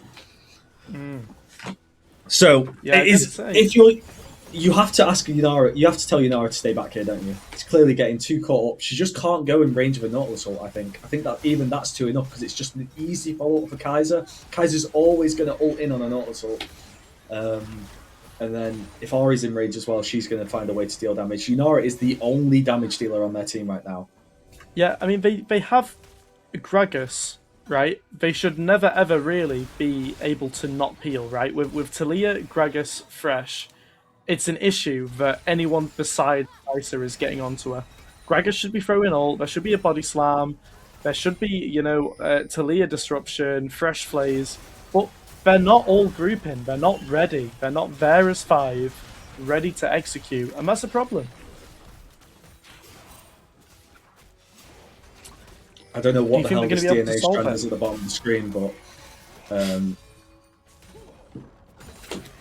oh, okay, that's everyone's attacks damage. I'm being told from production. Some gold efficiency graphs there. Mundo stealing all the money and keeping it in that big fat briefcase of his. How do you think he afforded that suit? doing a lot of damage compared to her money. Surprising. Mundo, I thought that was his ult. It's just his W. Alright, we're seeing grouping in mid here. This could be a 4v4. Yeah, pay attention to Yunara here. They are only looking for Yunara. Hook lands. And Yunara is pacing here. Ari is dead. Ult lands on Yunara, but Kaiser cannot follow that. This is what I'm talking about. As long as the Kaiser cannot synchronize her ult with the Nautilus ult, they are going to win skirmishes. And you can see that. Down. 2 for nothing here. It looks like they're going to play for the mid here. If I were Gragas, I would TP. Gragas? Ooh. Yeah, because Mundo's about to collapse here. Pantheon flashes out. Here's Mundo. I mean, Kaiser still has ult. Gragas is going to TP now. And Yunara's going to oh my god, he's killing Kaiser. Not matter. Wow. Frontline Yunara shredding their team apart. Mundo having to use ult to get out. It looks like they've figured out how to protect the Yunara, and it's working extremely well. Yeah, I mean, they killed Ari before anything could happen. She is a key part of the dive on the Yunara. No Ari, they're going to have problems. They're trying to fight this. There's the Pantheon ult. 2 charges of Ari ult left, but he is just going to ult through. She's going to flash Charm, isn't she? Yeah, of course she is. Hook lands. Yeah, I can see that coming a mile off. All Ari mains know that if you use your last dash... it's fine, your turn. Doesn't look like there's any objectives up. So it should be fine. Yeah. Baron in 1 minute here. Drake in 90 seconds. And that pick will solidify mid tower. What do you do here if you pull over? Do you all push bot? Do you go for a reset for Drake? A little bit of a jungle invade? I feel like you take their jungle, reset, and be there fresh and fit and healthy for Drake. And ward Baron, but leave it. Yeah, you drop the vision, take a reset, come back on the map, and then play the Baron dance. I mean, can we just take a moment to appreciate that there is 200 gold in this game, 24 kills each. Like, what an even game 2 we're looking at here. Yeah, I mean, these two teams are very close together. I think the draft in game 1 made it look maybe a bit more swayed one side than it really is, but there's really nothing between these players, as you can see. Yeah. They're looking for a pick on Ari. Is that even possible? They're committing 5 to Ari here, and she will have ult to get out, but will it be enough? Flag and drag lands, nope. Minced. That's Baron. That's an excellent pick from Demacia. They're going to go for Baron here, and they can. Now, if you're Piltover, I need to see the Drake spawn timing, but if Drake's going to spawn soon, yeah, I think you just go murder Drake. Spend all 4 Drakes or 3 Drake and destroy it. And it looks like that's So what they they're going to do. Smart, Yeah. calculated play from Piltover here. Now, it is going to be tight, though. Gragas They is do not actually want to fight there. this. Oh, they're not going to get away in Take time. it and get out. Talia ult's Oh, coming. wow, They they're do there. not have a smite. They don't have smite. Shay is there with smite. And Oh, the steal! They do steal it. Talia steals it. Wow, this is so good for Demacia. Great ult from Shay. Kaiser is kiting, but it's a 5v3, and Demacia will take this with the Drake steal. Wow. It is a good day and to they be kill Demacia. the entire team. Ari just TP'd in as well. They have a massive wave in mid. They have Baron buff. There's 4 dead. Could this be the end of the game? I don't think they can end here, but they can certainly Talia. get solo. Wow. Talia got it with the Blackfire torch. Oh, wow. Wow. I- Talia, so if you look at that stat at the bottom, that's showing that one next to Talia. That's the amount of damage she did to Drake. And that is 1 damage from the Blackfire Torch that stole it after a Pantheon Smite did land. So, yeah. Pantheon Smite that is auto crazy. attack did 1550 damage. Apparently the Drake had 1551 health. Yeah. Talia, Wow. Talia finished it. Oh, just Smite better, I guess, Luis. Jesus. 0 So, MS Smite is a 5 little unlucky. Yeah, that's unfortunate. 5k gold lead in the favourite of Demacia. 3 Drakes, that is soul point for Drakes. Yeah,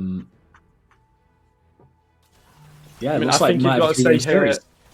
Yeah, possibly. I think you've got to say it's game 2 here now. Topavity and Briar's Impact have been caught an unfortunate amount of times here in the last sort of 10 minutes, and they're going to need to play a bit more conservatively now. You know, they're really far behind. One more pick like that, and it could be the end of the game. Yeah, and yeah, I want everyone to keep their eyes locked on to Yunara in these team fights. She is a absolute monster right now. 16 kills, 700 gold shutdown, and that is almost full build. They're looking on 5 Talia, I full think.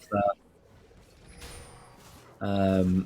Yeah, they have to commit to Yunara. If they kill Yunara, they maybe can win the skirmish. They're going to go for the charm. Yep, they're fighting. Flash used on Talia, but they need to. Where is Yunara? Yunara's too far away. So far away. Yep, the TP Gragas comes in the in, middle which of they it all. can probably jump on. Yunara is going to get involved, but I'm not sure she can.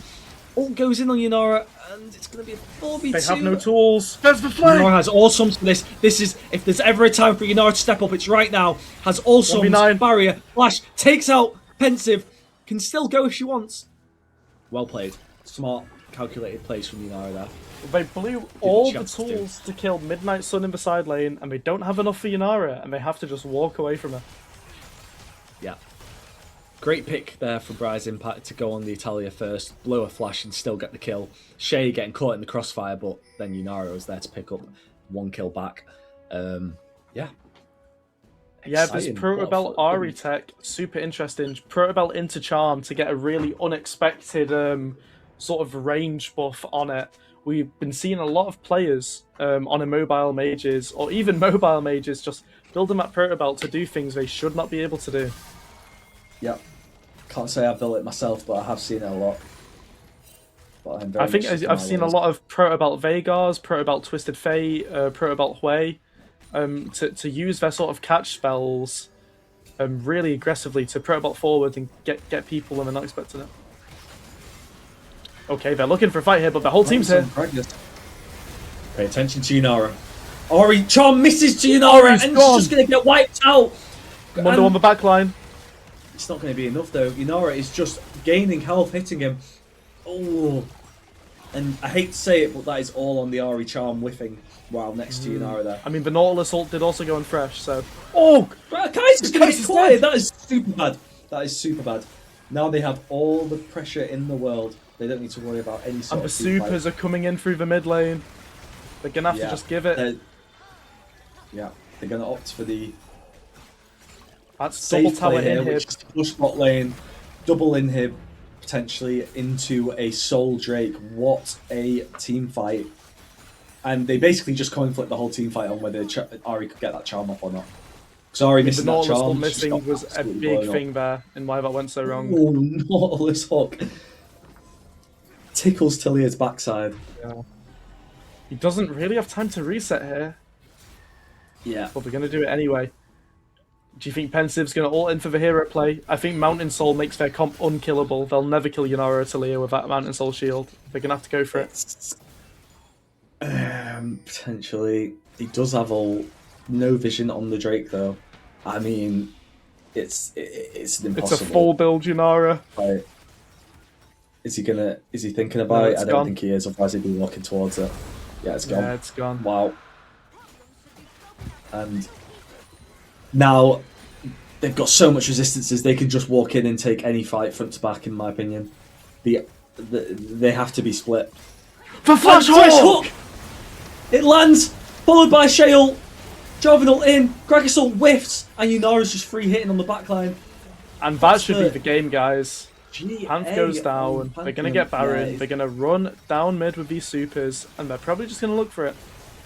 Yeah, this looks like all she wrote, ladies and gentlemen. They've got an 8k, soon to be 10k gold lead, and they've got 2 winning lanes pushing with the supers soon, or at least the mid lane. Now In look. fact, the inhibs up, so just ignore me. If they somehow... They can go fishing still. We If just they need to wait for somehow Shay's get ult to come up. Anfils on the Yunara here. Fresh is Oh, dead! wow. Oh wow, he lives. That is the mount, ladies and gentlemen. Yeah, if they just get one good charm combo, they're not going to try it. They're going to go for the top tower. Pantheon's going to be alive. Yeah, with they're gonna have Fresh to do it all up there. Did Ari have ult? I don't know, maybe she did. Yeah, I think they had to try something there. Can't let them get a reset off. They're going to be so strong when they return now. Yunara's full build, compared to Kaiser still being 1.5 items off. Kaiser does have Zonya's. And Talia's full Surprised build they're as not well. trying to force this tower down. Sorry, Talia's not full build, but has Death Cap. They can just walk into their Nexus, I'm pretty sure. They're so strong. They've got Mountain Soul, buff the minions. Just force this down. I mean, Jarvan can pull the trigger whenever he wants, pretty much. Unless they're on the tower.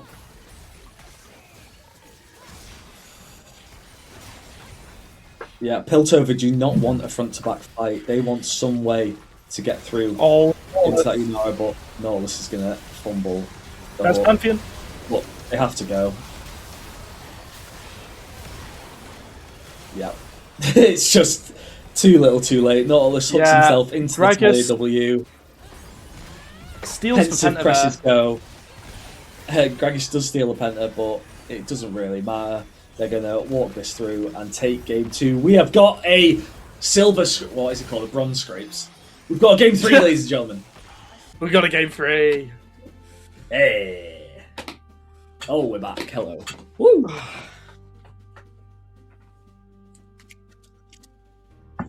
So, Zach, game of 2 different tales there. You know, first game, a little bit even early doors, but Piltover taking it pretty convincingly. Saw a whole new Demacia team there. Team full of confidence, team full of passion, and a team that could protect their ADC. Is that Yeah, drafted? I think we saw a complete role reversal really from the first game. First game, you know, top and mid, the solo laners sort of carrying the lead for the team. ADC falls behind. Team fights don't quite go as planned. Game 2, it swaps around. The top lane starts kind of getting smacked about. It's not looking too great in mid lane, but in the bot lane, completely different story. Anfield's picking up for all of the lost work in game 1, and I think both teams have found what they do need to do to win, which is get their bot lanes ahead. It seems to be both teams win con. So we'll see going into game 3. If both teams hone in on this bot lane, it'll be super interesting to see who wins. Yeah, it looks like it's going to be battle of the bot lanes, ladies and gentlemen. Let's see if Demacia can keep up this momentum into Game 3. We're going to have a short break, and then we'll be back with more Runeterra Rising action. Game 3 after the break.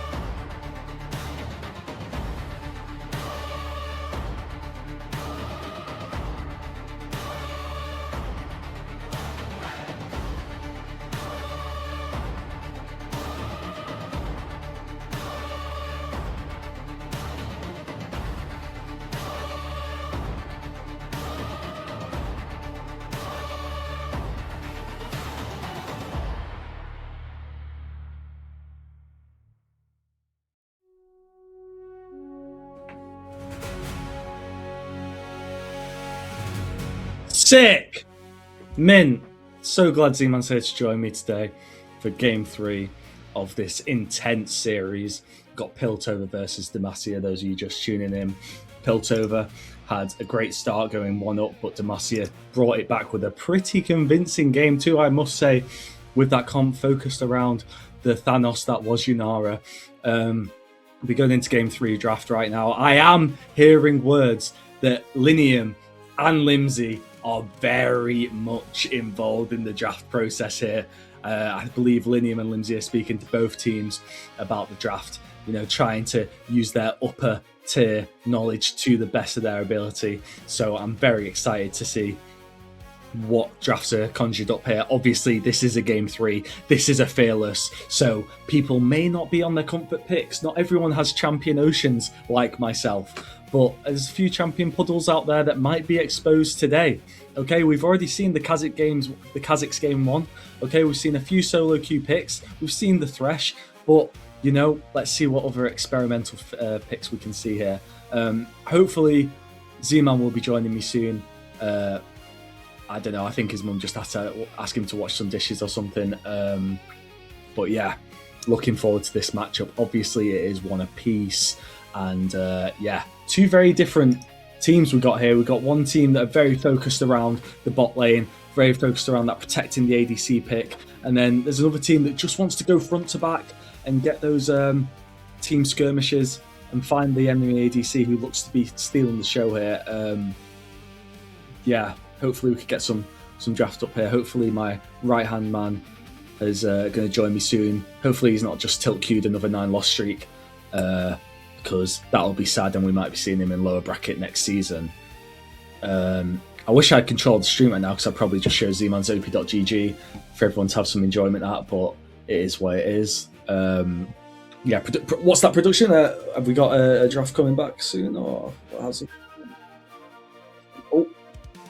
Few technical difficulties here with the third draft, but we will be going to shortly. So guess I'm just gonna drop a little free stat now.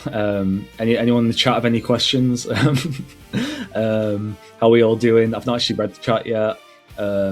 Few shout out Quinn Casso, Danny Beegs, Flower of Evil, MK, Linny, Sasha, Sea Guardian, Gert, Rostock, all those people in the chat saying hi. Apology. What? Who's that?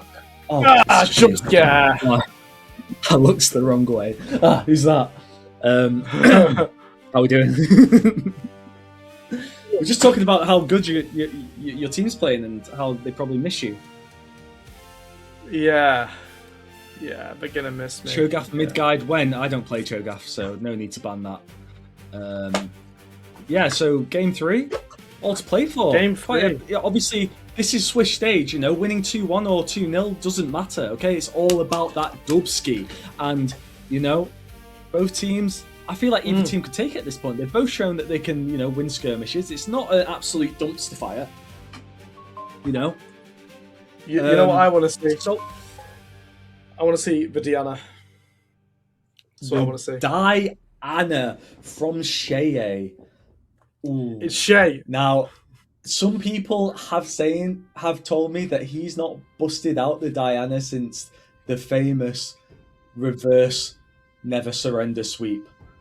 But some also say he has been busting it out on his secret alt account.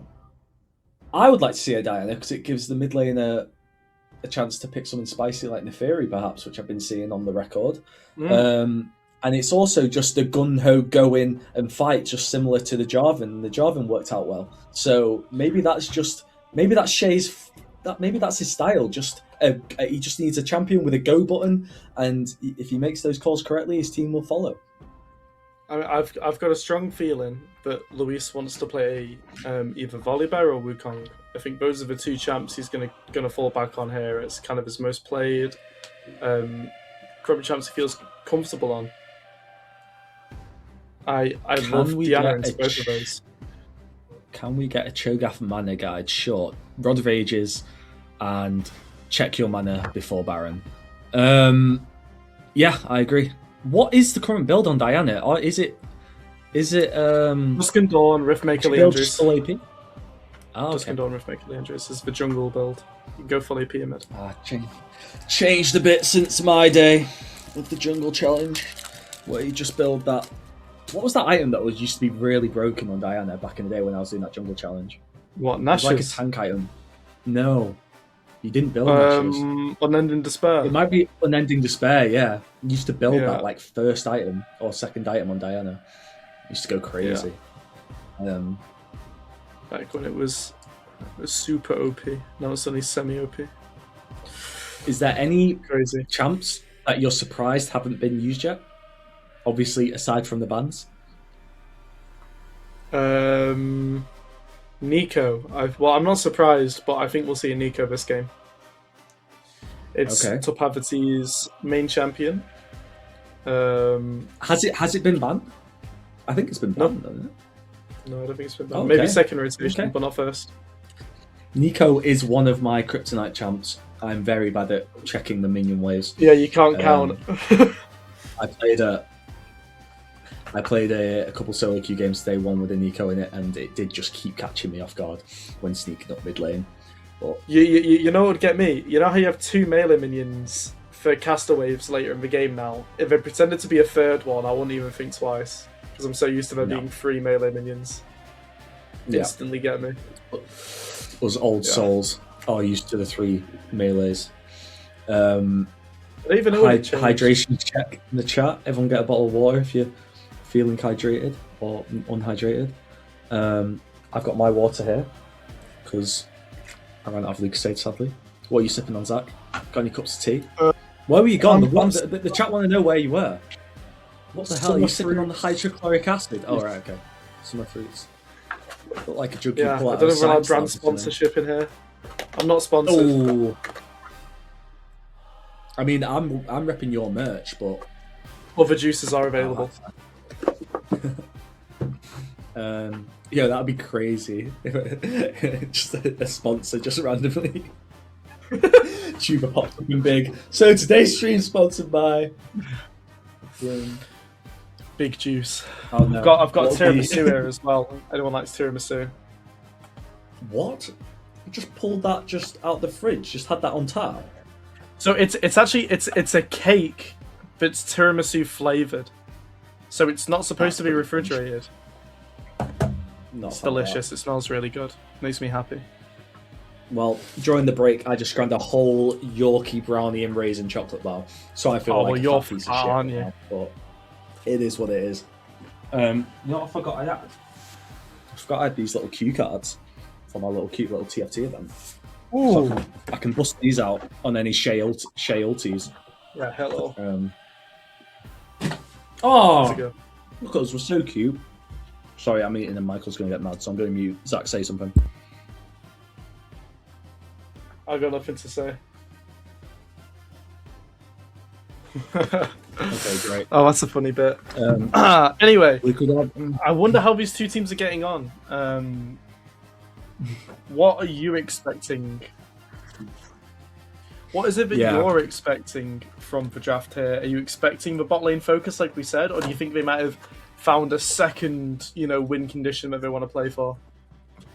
I have a feeling Piltover might just say, fuck it, let's go back to Enchanters and try and just scrap this one out and peel out our ADC, because obviously they had the Nautilus that game. Few wayward hooks, I must say. Maybe he's not an enchanter. Maybe he's not an engaged support. It's life for some, but not for all. I think just The Lulu maybe an Cogmore. enchanter support might work. The Lulu Cogmore, if that's something they're comfortable with, go for it. Because it was their bot lane was really carrying game one. With the Seraphine ults and the Ashe ults providing most of the the go buttons for them to engage. I think if they pick a bot lane that can choose when to start team fights and when to finish them, then I think that'll work in their favor. Because I think both bot lanes look really good. Yeah, we might see possibly a Varus Nico bot lane or something similar. Yeah, maybe. An extremely I'd strong love to see lane him. with good front to back. I mean, selfishly, I want to see someone bust out the LeBlanc. I feel like I don't see it that often, especially not in my games. Maybe even a Cho'Gath. Who knows? I think Cho'Gath's crazy strong pick right now. I might have to give it a go myself in solo queue someday. So I don't, You know, but I think just have to say it. You know, I've been watching you solo queue recently, and wow, Miss no, Match, you've not. your Aurora's You've really been too busy tilt improving. queuing. Your Aurora's getting really good recently. Oh, I think you're going to it? challenge you soon. Oh, really? No, that's crazy. Yeah. Man. Hey, shout out Cookie for those comments. Yeah. Yeah, Cookie, the free agent did get approached for Runeterra, but unfortunately he was very self-admittant. What did he say? He said, "I'm washed." Yeah. He said, "I'm washed," and I gave him a couple of ADCs that were in the tournament, and he was like, "Yeah, I'm good for now." He hasn't been playing that much, to be fair to him, but he is high master, so or middle master. So I mean, what is high master nowadays, Zach? What is high master? What does that even mean? I played against a 1,200 LP master player today. I won a solo queue game playing top. In fact, get this on the record. Today, I played top lane and won a solo queue game against everyone who was 900 LP and above on the enemy team. Put that on record. I bet you didn't think that would happen this season. But, 900 I did play LP Cho'Gath against Bane top, and it wasn't fun, but we somehow managed to win. I don't know. Shout out to Aze. Yeah, Aze, I believe. Is that Aze? Aze. That guy's really, really good, by the way. How do you know very him? good. For SLE? Shout out Aze. Shout out Aze, the Vitigan jungle for. They're through to the finals or semi-finals in SLE, but we're not here to talk about SLE. We're here to talk about Runeterra Rising, which has been popping off this week, and I'm a very big fan of this format. The whole factions coming together. Yeah, speaking of this format, you know, Swiss Stage, a lot of people might not have played it before. Oh yeah. What do you think about Swiss? Are you a fan of the Swiss format, or do you prefer single round robin, double round robin, groups of 4? I think Swiss is the best because it gives those teams who maybe get off to a bit of a rough start, 0-1, 1-1, 0-2, the chance to really not let their heads drop, because they know all you need is 3 wins, baby. All you need is 3 wins, and you're in exactly the same boat as everyone else that hit 3 wins before 3 losses. Sorry, so 2 wins they need. Oh, is it? Ah, okay. All you need is 2 wins before 2 losses, I believe. Sorry, production's messing with me a bit. Anyway. Okay. Okay. So the record does matter a little bit, but ultimately, no matter how far you go behind early doors, you can still pull it back. I like it. It's a bit exciting. It's something new, and it's what's used in a lot of pro tournaments as well. So it's nice to have that come over to us. Yeah, I completely agree. I've played in one Swiss tournament myself. In a lobby with a bunch of GMs where I was a little out of place, but it was an extremely exciting format. You know, you get to sort of play teams that are pretty equal to you, and even if you go, 2-0 up quickly and you lose that 2-0 game, you're like, it literally doesn't matter. They were probably the best other team in the tournament, and you just get back on with it. Yeah. So yeah, I'm also a big fan. Cool. A reminder of all the champs that have been played so far. 20 champs that we'll not see again until next week of fixtures. And I'm not 100%. Zach, obviously you know your team better than mine. Is there any champion puddle issues across the board that you want to expose right now on stream? I'm not going to expose that on air. But some people may struggle going into game 3 here. Okay. That's all I'll say about that. Fair enough. You don't want to expose anything. If they are correctly identified and they're banned out, I think we're going to go, guys, I don't know what to pick here. I don't have any champs left. So Okay. A reminder to you all that we do have another series. Is that on stream, production? Okay. Is it... So guys, we do have another series on stream after this series. Shurima will be taking on Demacia in the lower bracket. Is that live or? It's as live. So everyone stick around after this to get some lower bracket action as well. Shurima versus Demacia. Do you know much about your Demacian lower team? I've talked with him briefly. Oh yeah, who did you talk to? I talked to Le Ghost Man and also Jaden and Sinfat. Sinny's gone down to lower bracket. Oh, yeah, Sinfat, yeah, where he my belongs. bad. Yeah. But I mean, he they might seem if he pretty keeps going so confident. cheap.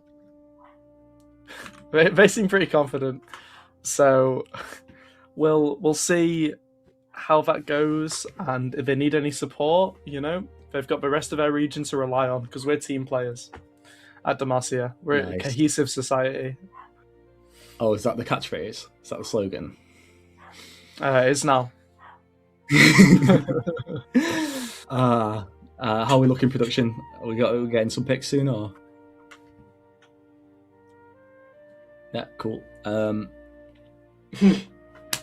Do you solo queue? Do you do a queue after this, Zach? Oh yeah, man. Yeah, just don't get banned. Like maybe a little bit of Rocket League. In offer. Shout out to Nox. Gone far too soon. Hopefully he'll be back with us shortly. Just needs to stop boosting his friends. It is what it is. I'm surprised Nox isn't just like climbing solo queue right now. Katarina ADC, so strong right now. I'm seeing it everywhere. Yeah, I think anyone that plays that has my best wishes. That's all I'll say.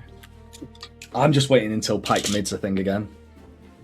But Pike mid being a thing, maybe just need to be brave enough to play it, buddy. Bring back the LeBlanc rework from 4 years ago, and oh my god, I'm hooked. Bring back that little passive circle that forms around them. Anyways, into bans.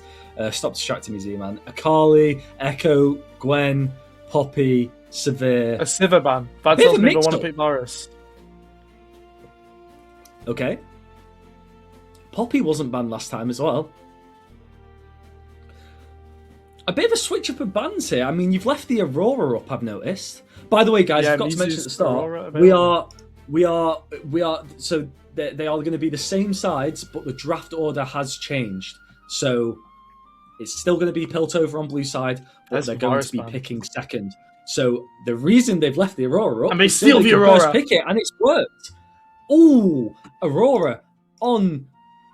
Is that Briar's Aurora? Oh, they're going front to back. Jinx Wukong. I told you the Wukong was coming. I want to see Diana. Is your mid laner a prolific Aurora player? I think he might be. He is. He does play a lot of Aurora. His Aurora is quite good. So I'm happy with this. Okay. Nocturne. I like Nocturne. But I'll take a Diana. I like Nocturne though. I mean, Nocturne is a go-in champ. Oh, I think they have to go ADC here. I'm feeling maybe a Jhin. Okay. Talk to me. I think the ADC here, it could get a bit dicey if they go Jhin. I mean, I think then they could just go a mega tank like Malphite. And Malphite's not going to die to Nocturne Aurora. You can only predict that Piltover have got some high mobility champs in their locker here if they're banning the Poppy outright. It's got to be a Rakan angle, you'd believe, but who knows? Something to follow up the Nocturnal. And the pick is we're unsure production. Let's pause on that one and think about what would you pick in this situation with your, you always tell me. God, let me put my expertise master draft knowledge into play here. Put the hat on. You want some? Yeah, I think Rakan looks okay here. I mean, listen, I meant you've got Jinx. The third pick for the side with Nocturne Aurora. So it's Wukong Jinx one side, Aurora Nocturne on the other. What do you go on the Nocturne Aurora side? Rakan. I mean, you just blind support and like leave the ADC pick. Yeah. Okay. You need an ADC that can dash and follow the Nocturne. Why not Ezreal? Why not? Why not? He can Ezreal? jump away from Wukong. You know, he has that safe play. I don't know. I think Ezreal. You might want someone with a bit like more of a like a Zaya maybe, just that can ult as soon as Rakan ults on them. Potentially. I mean, it's early days yet. Or you could just pick something bog standard. I think you need something either with a dash or an escape, because Wukong can get to you pretty easily, if not. I've got one piece of Yorkie left. I'm going to mute. Wise words from Mismatch Guides. Don't take draft advice from this guy ever. Anyway. We'll get to see what was actually picked, and we'll get to see if Mismatch is right. Maybe Danny and Mismatch are sharing a brain cell. Let's find out. Are we going to see a Zarya lock in here?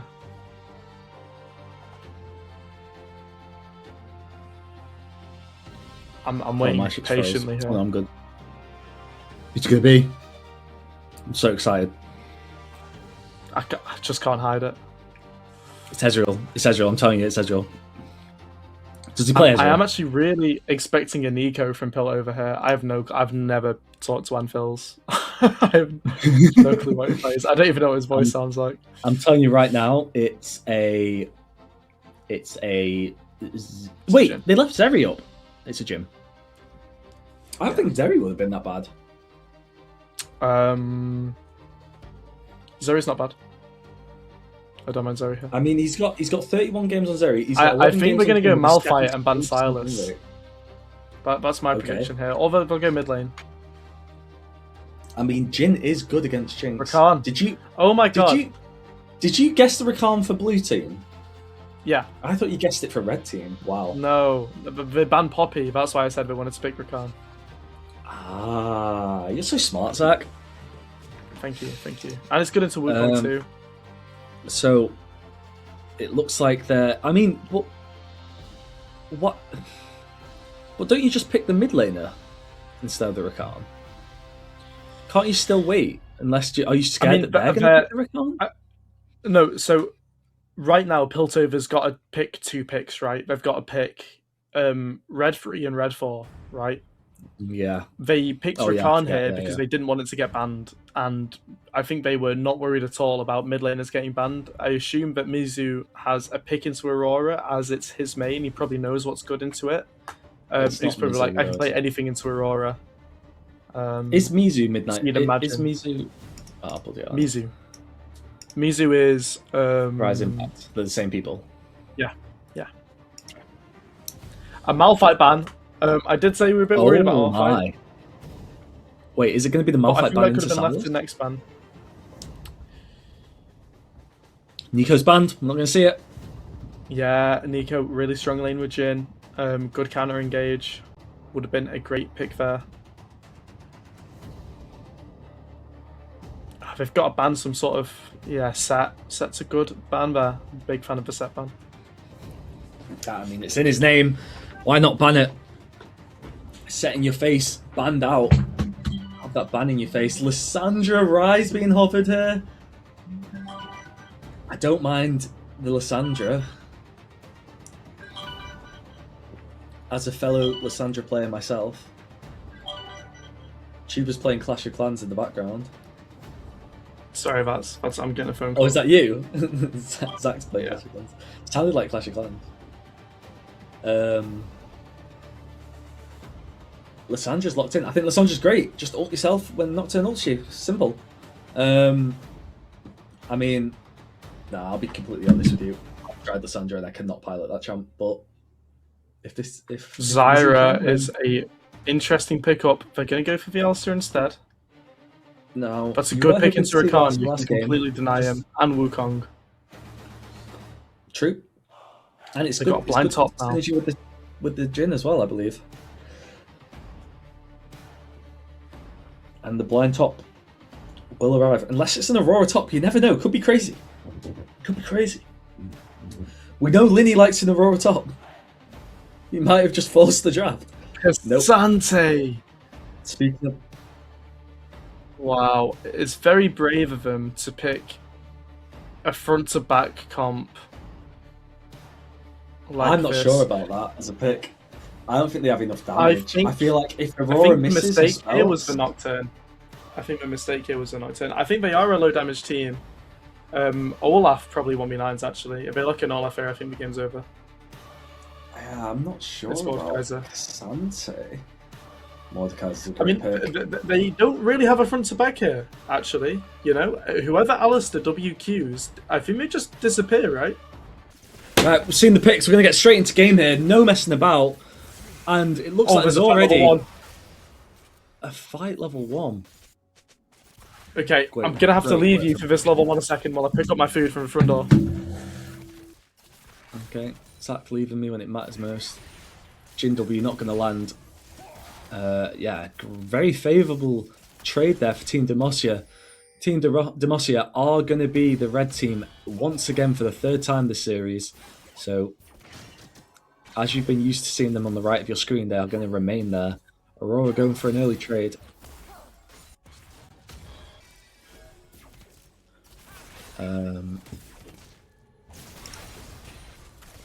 Cool.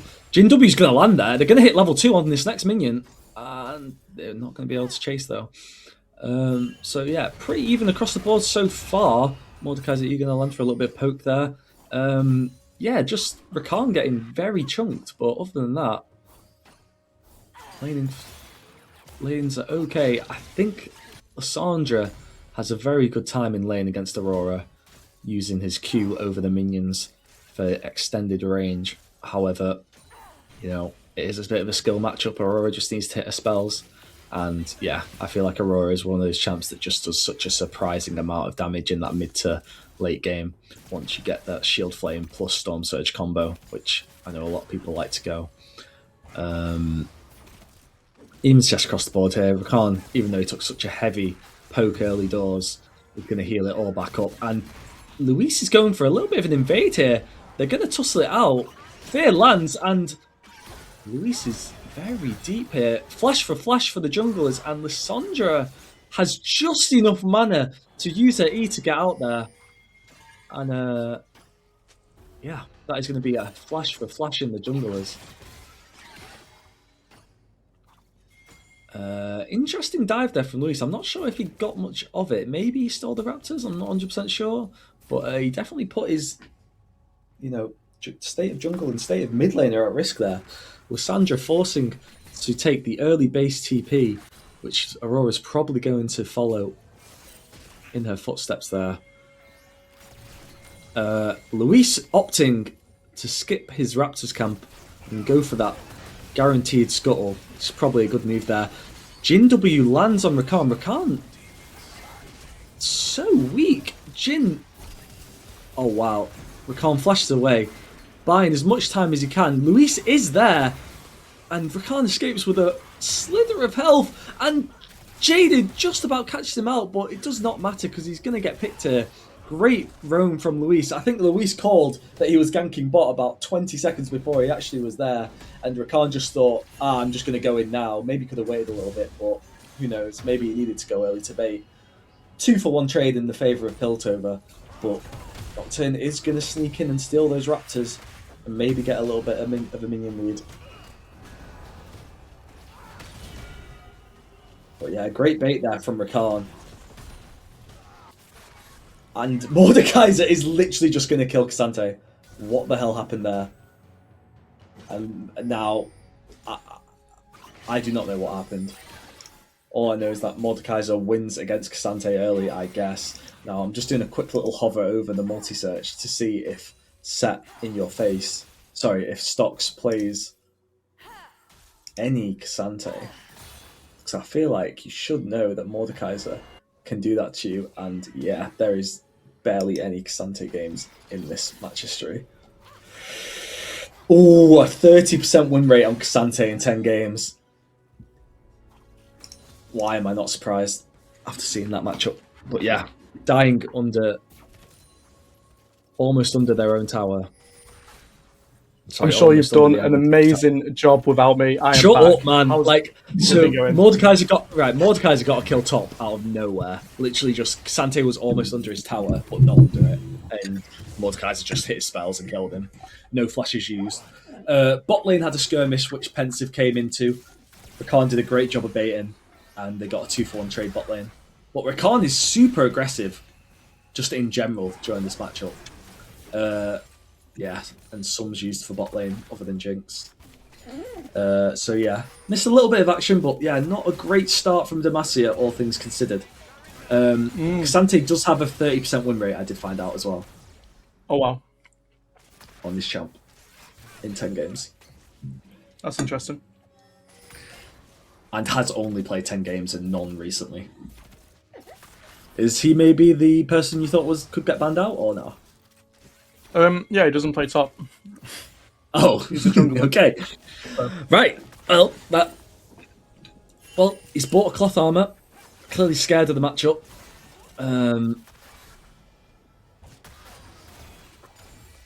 Yeah. Just looking a bit tough here for Team Demacia. Yeah, What are you Luis went thinking? for a crazy invade as well on the enemy Raptors early, but ended up getting a flash for flash, but almost throwing his Lysandra to a grey screen. I think if Xante is anywhere near the middle of the lane, Mord can just ult him.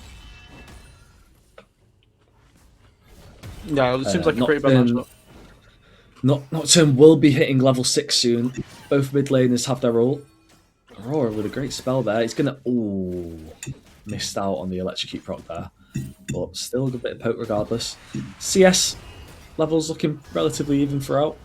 Xante opting to ult against the flash. Not bad. Respect flash from setting your face. Decent play. Yeah. I mean, unfortunately, it does mean he will have to base because he cannot touch his minion wave without getting ulted and dying now. But it is a flash for nothing, essentially, for his ult. Now, neither mid laners have enough mana to play with her. What team are you looking at for late game here? Do both teams have late game? Is it even? I think it might just be the Jinx takes it, isn't it? Yeah, Jinx mod late game. Disgusting. Yeah, so Team Demacia are on a little bit of a timer here. I mean, the Jhin lane has to win lane. If the Jhin lane loses lane, the whole game's over. That's just how this game's going to go. Yeah, I'm inclined to agree with you there. First Nocturnal of the game's going to be there, met by Pensive. I've got to think it goes in Piltovers' favour here because they did not expect Pensive to be so close. Jinx gets the resets and will just follow this up, and that is going to be an absolute wipeout. It's going to actually take magic. Lysandra TPs for moral support, but wow. Great lurking there from Luis to predict that Nocturnal right into the path of where he was walking to, and they're going to take a free Drake, 3 picks, and already they have a 3k gold lead.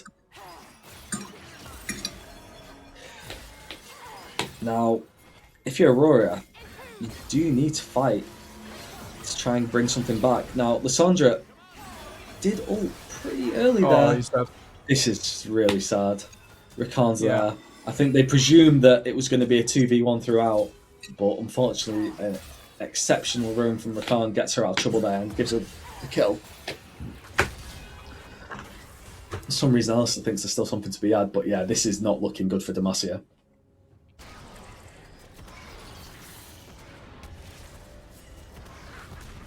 How far away is Z-Man's door? Someone was just asked in the chat. My door? Yeah, well, you took quite a while to get your food, so do you want to tell them that you live in a 5-story mansion, or do you want to keep that under? Yeah, I live on the 24th floor, and I thought I'd take the stairs. It's a nice day outside. There you have it. I've been to Z-Man's house, and I can complain. Xante, is he going to get the all over the wall? Nope, he's not going to go for it. Bit of squeaky bum time there for Mordekaiser. He's not used his ult yet. And he doesn't need to because he knows his team are ahead. No risks need to be taken in the top lane. Aurora is going to have the prio. Is there hope, Zach? No. Sick. Right, I'm just changing my earphones because these have run out of charge. I'll be right back. Right, I'll take care of that. Right. I mean, the basic situation is, guys, it's 4k at 10 minutes to Team Demacia. They're looking for a play on bot lane, but it's going to be really tough. Rakan has really good peel. Jinx has no flash, but they just don't have any damage. But under tower, they all flash in for the kill. And they're going to get the kill, but it's going to cost, double flash on mid jungle. And Jin is really going to need that because he's going to get plates here and Jinx is going to lose a wave. But Aurora's losing stuff in mid. It's overall probably a gold neutral play. And this is going to be a really, really tough game for him. Yeah, what did I miss? Jinx got 4-man dove on bot lane. So, 1 kill. It's a stepping stone to get back in this game. Xante looking to insec the Mordekaiser under his own tower, but Mordekaiser's going to get the ult return. Neither of them can farm these minions, which is sad to see. And if you look at Nocturne, he's pathing somewhat towards top. He doesn't have ult though, so we'll have to wait a while. It's all about Mord should die here. Managing. Nocturne should definitely kill Mord right now. I mean, it looks like Mord's the going to leave more away. He's appetizing. going to respect it. And both junglers will continue farming. Where? Oh no, never mind. Wukong is literally hiding bot lane. Is he seen on a ward? Can't tell. No, he didn't get seen on the ward. Oh, he didn't get seen. Okay, very sneaky moves here from Pensive. If I'm Jinx here, I'm just standing back, but never mind. They're going to go in. No, he's just dead. Finn does have flash. He does use it. Maybe a little bit too late. Flash goes in. And that is... Jinx.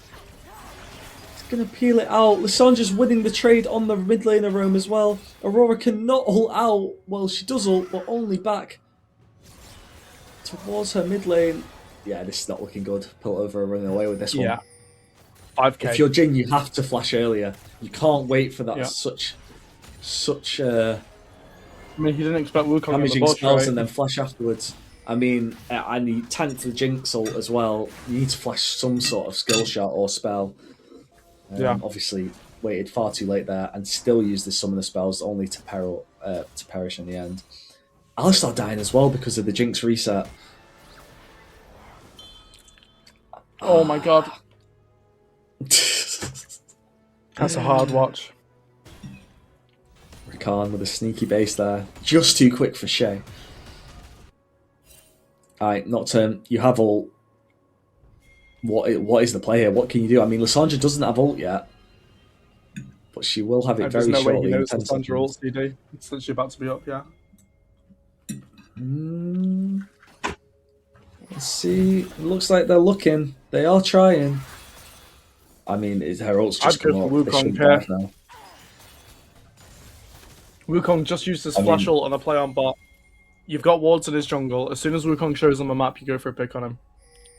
Oh, let's find out. Looks like they're going to go for bot lane instead. Jinx does have flash. Does opt to early flash, but still get feared. Jin coming through. Rakan doing everything he can to tank it. Wow, what a disengage from the bot lane. And they're going to re-engage, actually. Nocturne not running with his team. Jinx just needs one reset here, and then she can steal the show. Lissandra ults in for a distraction. Jinx got reset. W lands. Double reset on Jinx. Lissandra with a little bit of poke, but that is it. Now, yeah, this is not looking good. Just skirmish after skirmish. A little bit indecisive. This isn't that a second angle. I mean, it is a shame. They did so well in the second match, but I just don't think they're playing the comp to their strengths here. I think there's too many blind nocturnals where they're not fully respecting where their team could be. Mordekaiser with a good ult here. See how it comes with it. I think he's going to win the 1v1, but we'll see what Alistair and Shay can say. And he's going to know that that's a losing fight late game. Shay, by the way. Yeah, no, my bad. Shay picking up Grugs. Yeah, I don't know, 6.5k gold lead on a combat scales better than the other team. It's kind of all she wrote.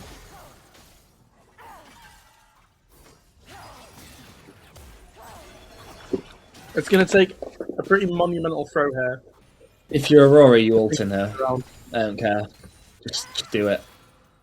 Just do it. Yeah, she kind of has to. You have to. Go. Oh, why? Okay, you have to ult now as she walks up. Tuba, you have to mute while she's typing up, please, I beg.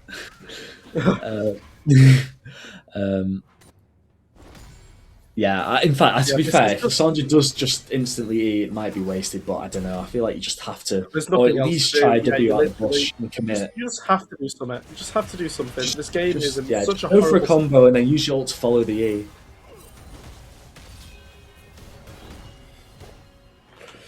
Poor Cassante. I mean, nothing that happens in top lane here is actually going to affect who wins the game.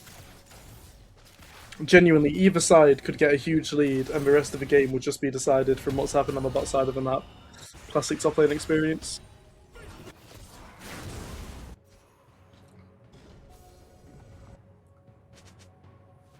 I still think they should have gone the Diana on too. I think if they went Diana here, we would have had a better game, but Nocturne. Like not got the follow up. Yeah. Great. Ooh. I'll headbutt will miss. Rakan looking for a re-engage. Now, Aurora will get to this fight first, but they might be dead too soon. Jinx is very strong. All they need to worry about is getting Jinx that reset. The root lands, spares for damage. Flashes out. Aurora with a 3-man E, but she's going to get Jinx ulted. Oh, I mean, Lissandra ulted. Lissandra dishing out so much damage here. Obviously gone for the Malignant build. If they had a lick more damage, they would have killed Nocturne and got that bounty. Sorry, they would have killed Wukong, but they just don't have... Oh my god, he flashes into the queue anyway. This is just a really unfortunate game, you know? Yeah, I mean... I think at this point, 8k, your mental goes. Yeah, I mean, what kind of teammates do you think are going to be in there trying to pull the morale up, or do you think it's just mental boom? I think with 2 subs, it's mental boom o'clock. To be honest, I think time's who's your other sub? The jungler and the top laner are both subs. Oh, okay. I think they've come in, you know, they're like, oh, you guys need a player? Yeah, I'll come play. And they've been subjected to a pretty arduous 3-game series, and this is how game 3 is going. If I don't have a stake in the team, I'm just here to play for the day. My head's down, bro. I want to get out. I want to go have food. I'm tired. I'm hungry. It's just a long day in the office if you're Cassante or Nocturne. Alistar, no flash, got no choice but just to headbutt and say goodbye. Yeah, rest in peace. It's yeah, they've got such high pick potential with this team. It's like any sort of Jinx slow or Rakan slow, it just all adds up. I mean, Rakan, Lissandra, Wukong, it's just great AoE. It's great AoE engage. And, you know, they just need 1 kill for that Jinx to get the reset and the rest of the fight's won. What red side really needed here was counter engage. And they have that with, you know, Cassante, Aurora, Alistar. The Jin's not bad, because it's really hard to engage on a Jin that plays 10 years away. But Nocturne, it's unplayable. There's nothing the Nocturne can do this game. So is it safe to just blame Danny for this draft, or...? Oh, I think there's been a lot of other decisions that have gone into it. Oh, they're going... I'm joking, Danny. Oh, that is something. Shut down onto the Jin. You know, if there's ever a comeback story, it starts with a kill on the Jinx. Yeah, that is the use of a Nocturne, you know? If Jinx ever is out of place and she doesn't have Flash, or even if she does have Flash, she can't just be deleted. Yeah, I mean, I think if Jinx did try to flash soon, maybe it would have been a different story, but I don't know. Maybe it was just too little too late. Mordekaiser has ult here. I just ult. Just ult him. Sandra is getting this and decides to waste ult as well. Like, there's no need to ult there. You're dead anyways. I mean, 2 picks is not a bad start to a comeback story. Down from 8 to 6k, and we're going to take Drake. Yeah, this is like, I mean, it's something. It's something to make you, to keep you entertained. Something to keep me leaning forward in my chair. There is Elder Drake is now at least 10 minutes away. Yep. Baron just spawned. And, you know, they can't just go and do the Baron. They're not that far ahead. So if they just play conservatively, they might get to a point where you know, one good Aurora flank, one good catch, and they could be straight back in this game. Yeah, like, personally, I'm not the biggest fan of Lissandra's build here. I'm a big fan of, if Roa works on a champ, just go it no matter what. But that is just my opinion. I think against this team comp, just being a distraction for all your team's damage to go in after you, Lissandra, I'd just go Roa. And then you'll have late game, but we'll see. I just don't think there's enough regular skirmishes to warrant having the cooldown reduction on your ult at this time of the game. I don't agree. That's all. Alistar's going to opt for the engage here. Jin gets knocked up. Now, They're sending it. They are sending it. It's do or die time. Aurora, let's check the spells. Big spells from Aurora! But she's ulted. Is there with the ult follow-up? We're all so low. Jinx is still hitting. Jin gets the flash! Oh, he's dead. Jin did get a massive shutdown there, though, I think. What is that, 3 for 2? 3 for 2, so Piltover favoured skirmish there.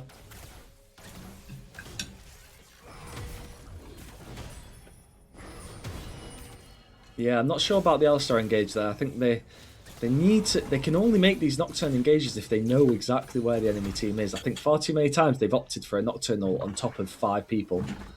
Yeah. In close proximity, and they just need to be a little bit more vision aware before making such, because that was just a full send, walk forward and hit play that they called, and they lost the team fight, and they didn't exactly miss them any spells. It was just a decision that went wrong for them. So they just need to be a little bit more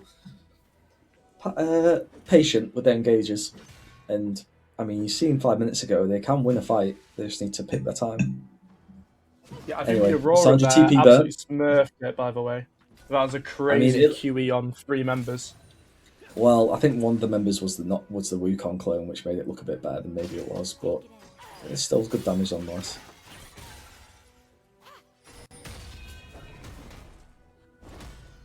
But yeah, Aurora, the common build for Aurora is to build Storm Surge into Shield Flame, and once you finish those 2 items, it's like complete glass cannon. I don't think there's many other champions that opt to build those 2 items first.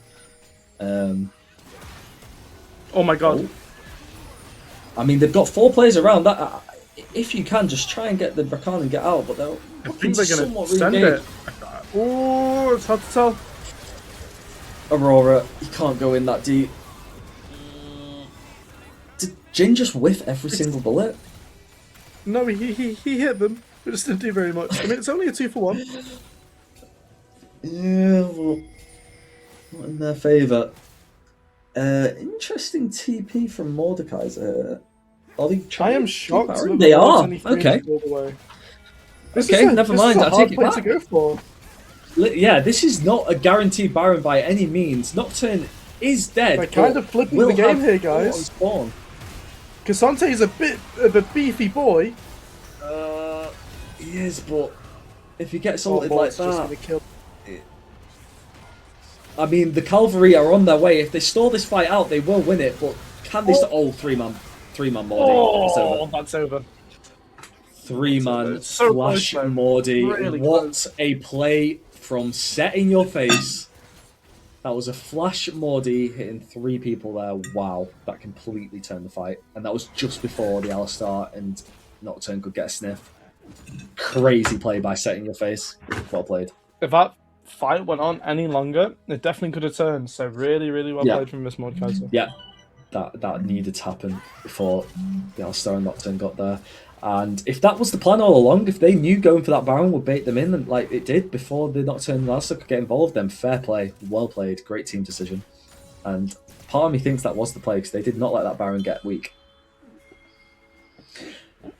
Gonna Rakan TP coming in, they're going to look to get all the vision control they can before Drake spawns in 10 seconds. This will be soul point to them once they get this Ocean Drake, which I fear will not be contested. If you're Nocturne here, do you try to make anything happen? I just don't think you win, unfortunately. I think it's a straight 5v5. They've got vision control. Like, just push your waves. They're going to fight it. We're going to see what turns out here. Here they go. Here's the Jingle. Yep. As expected, Piltover take the engage. Lissandra straight to the back line. I mean, No one's dying instantly here. Aurora's getting the damage in. Jinx is dead. Mordekaiser's the raid boss, but they don't have any other damage. It's very fair fight from Demacia here. They'll take that. Who got the Drake?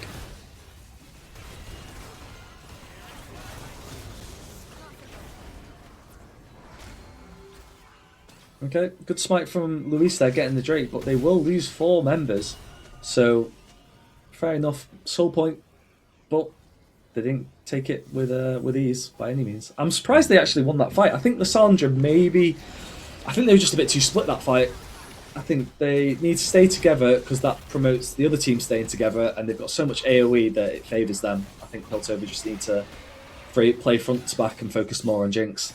An interesting Baron angle. I guess they bait the TP if that's what they were going for, but that is going to waste a lot of time going for a reset here and going to give Piltover a chance to push waves. But yeah, this is similar to Yunara game. It's all about protecting the Jinx, and if they can't protect the Jinx, then they won't win the fight. Although saying that, this Mordekaiser is a big boy.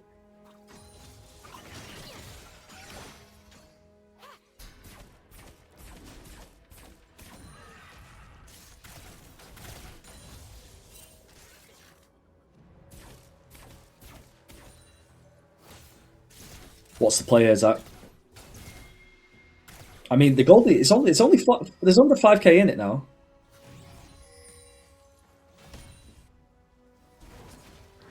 Tuba, please. Looking for a Baron angle. I don't think either teams want to start it. I'm going to say it, Z-Man. I think Demacia can win. I think it's completely within their grasp here. I think up until Soul Drake, as long as the Mordekaiser is not involved in the fight, I think it's winnable. As long as they get to that Jinx, I think that's all they need to worry about. Zaki there. Hi. Hello. Ah, he's muted. Okay. Sorry, I'm just on a call. Oh, okay. So good.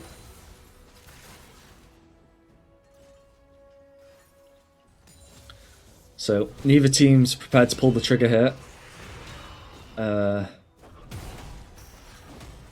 Piltover with a slight gold lead. Their Protect the Jinx comp. You can see Demacia put a little bit of a dent in their gold graph. Clawing a little bit back from that Drake skirmish.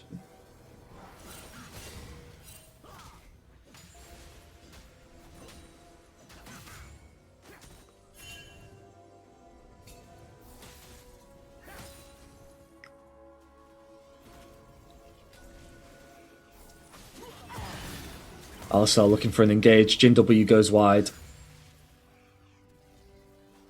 And that's going to be it. Both teams playing very cautious now for the first time this whole series, I would say. I think both teams have been eager to fight, but looks like Luis has got a little bit of impatient here. He's going very deep, but it might work out.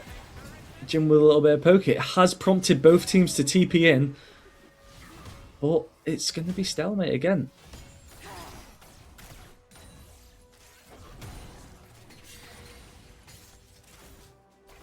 Can we do anything about that gold graph, or is it just stuck like that? Got you. Right. Both teams, unfortunately due to technical issues, can't show the kills right now, but we will be heading to a Baron for Demacia. This is going to be big.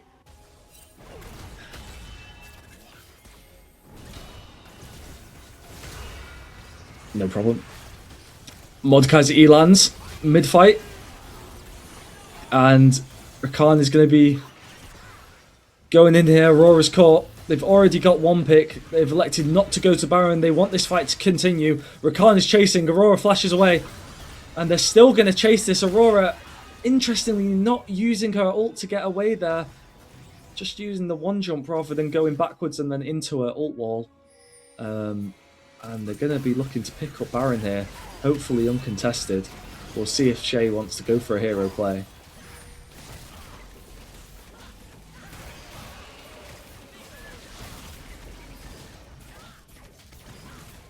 Bro, Gert, lay off it, fam. Okay, my guy's just. Oh. We're just doing a quick intermission here, just whilst we fix some technical difficulties.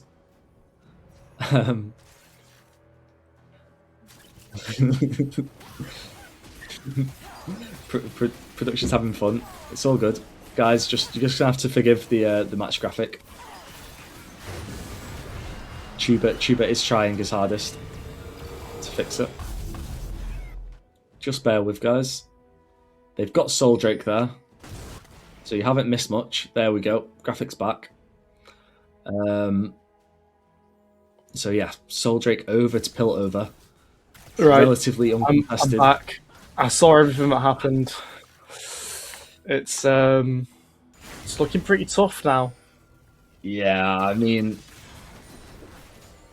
This Soul, Jinx, Baron, gold lead about to hit increasing. 5 items.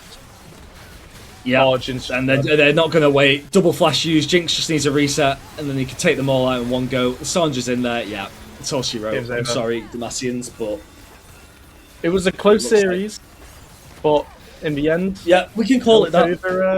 Piltover wins. Yeah, I think it's just draft gap. No, I'm joking.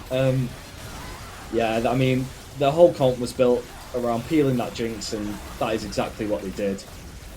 Piltover going to take the series 2-1. I mean, minus maybe you could argue the last 5 minutes. I was extremely impressed with that series. I thought both teams gave it a great showing, and Yeah, it's I unfortunate it had to end like that. You know, a little bit, lopsided towards the end, but both games Well, could they have gone had a either way. chance of coming back. Yeah, it wasn't they did have the last chance, game but that was small all over. Yeah, it wasn't all doom and gloom until the very end.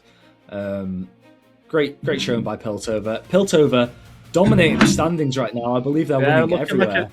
Like a strong bunch of teams, top, middle, and we'll see about lower. Yeah, it's good to be a Piltoverian, or whatever you call them. Yeah, man. But yeah, that was a great series. It was a nice little. It was a nice. It's nice to cast again. I'm not casted for a while. Obviously, you guys know that we've got Shurima versus Demacia in the lower bracket after this to show you. We're not going to be casting that, but obviously that is some more action for you later on. It's been a pleasure casting with you, Z-Man. Any closing thoughts for that series? We'll get them next time, guys. Are you hoping to be off the bench next game? Are you hoping they'll pick you in the starting 5? We'll see if they'll have me. I think Okay. Shay might be the permanent replacement after that one. He'd form back on. Okay, well, Piltover took the series 2-1 against Demacia. As always, it's been a pleasure casting alongside Z-Man today.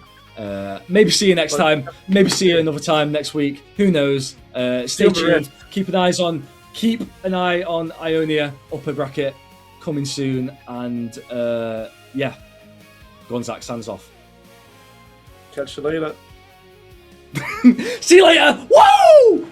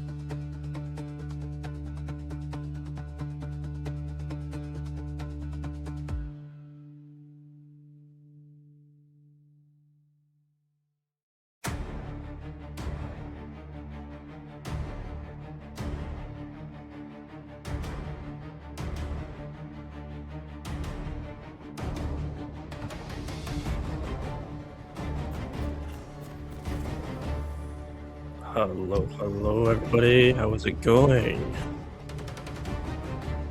Perfect. Hello everybody. Thank you for joining us in the second match of the day. Absolute Shurima versus Mage Haters. That was it. I had the name up in front of me like 2 seconds ago and I went blank. Yeah, we're good. So on red side, got quite a strong draft, I think, on both sides. Who do you favor here, Gwen? I mean, having just a small look here, I'm favoring. I am favoring Absolute Shurima. I mean, the Mage Hater side has some rather nice pick potential, some nice lockdown and comboing potential, but just looking at the team itself, you know, we've got a Pantheon support here, a little bit of extra global pressure, which, to be fair, matches the Nunu's pressure quite nicely. Yep. Ivern is just a nuisance in and of himself.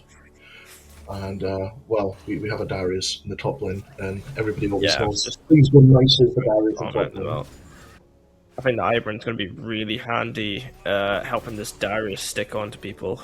If they land that Q, it's going to be really vital for them. But I do agree, I think a lot more wombo combo potential onto the red side here.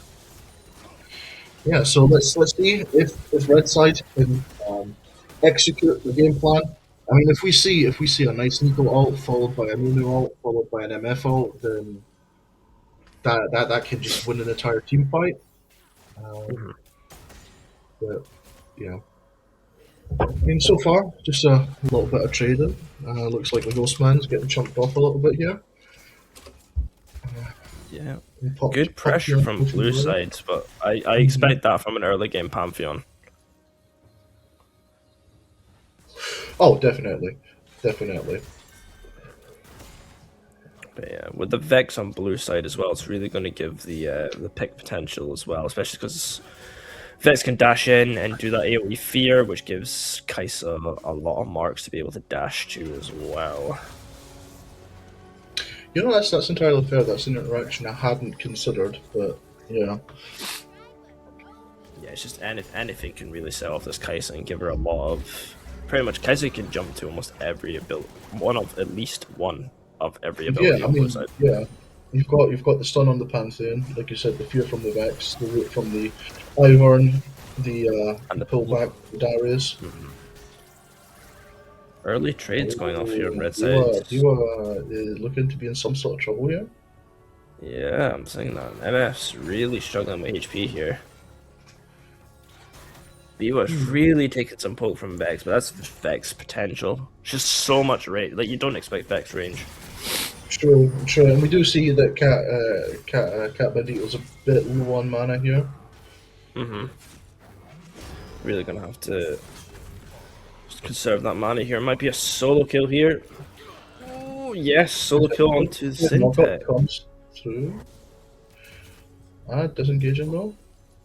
Darius is chasing him, trying to do Darius things. The Conqueror proc skull does come through, and it does not end up being enough. Syntax does pick up the first blood. Pick potential into Nunu here. Nunu dead. Wow, okay. Early pick onto the jungle there.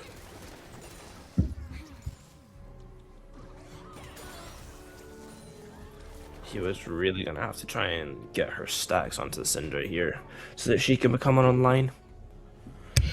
Yeah. I mean that is always going to be quite instrumental when playing Syndra, of course. And you kind of don't want it to take it too long either. Not when you're playing into something like a Vex that can take over a game rather easily. Yeah, I agree there.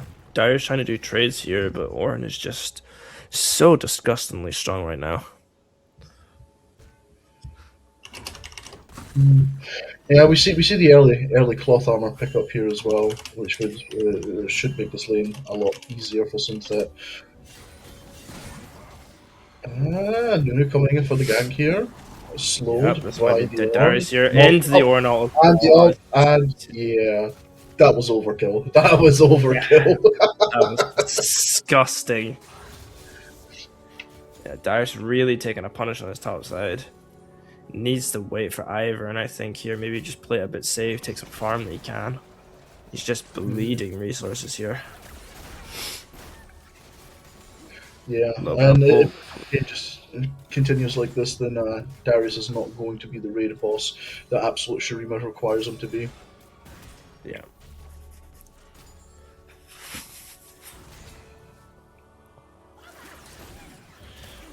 Oh, final Jadon and revision. Nico here. Missed the root. Swinging the root wide. But yeah, I think with this potential of Nico R and MFR has a lot of potential to turn any fight. It's just if that Vex gets on top of that MF or even the Darius, it's GG on Shurima's side. It's a really hard to peel for the MF. And Actually, no, that's a lie. They do have the What's Ornn going R to. They have a lot, but it's going to be really hard. yeah, and even then, you kind of want to use the Ornn arm more as an engage. But I mean, we see first Drake just going to the side of absolute Shurima, entirely uncontested. Yeah, I think they knew Nunu had to clear his camps there from the kill top side, so really punishing that. Good tracking on there. Ooh, Smart pathing, yeah. just mistimed Nice the little pull there. engage. Oh, Darius just getting heavily punished here. very much so. Very much so. Flash in. Off, aggressive Darius flash getting aggressive. with the ult. Oh, I don't think the bleed kills. I don't think bleed kills. The bleed's not enough. That's I think if the Q outer hit, I think that would have been it. Just Yeah, I hit think with the so. handle. I think so. But now we see Darius without flash, having put his ult on cooldown. That's a waste of an ult from Synthet. Yep. Darius He's got the looking ghost. Ooh. is Good time on the buffering W. is amazing. Nico here in the Flash going in. background. Flash down for both top laners now. Jay don't have to blow flash here if he tries to do anything. Oh. Both solo. Reinforcements jungle are up here. incoming from both sides. Yep. Pantheon does ult in. Nunu did come with a snowball. And There's the we Ornn dead. have the Ornn falling. Good and rotations from Shurima. Okay. Overstay onto Mage Hunters though. And yeah, Shurima just translating this straight into grubs. Yep. Fluttershy Really seemingly solid. letting it go. Yeah, he could potentially steal two, one with Smite, one with Chomp, but it's just gonna put him further behind than he already is. Yeah, I would put him further behind and I mean, saying that, the gold value between them is not that bad. Only 133 gold up for the Nunu, even though Ivern's got all objectives.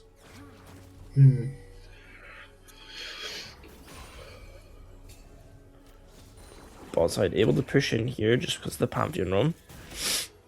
yeah, I mean the map pressure Shurima's going to get off the grubs is not going to be a nice experience for Mage Hunters here. No.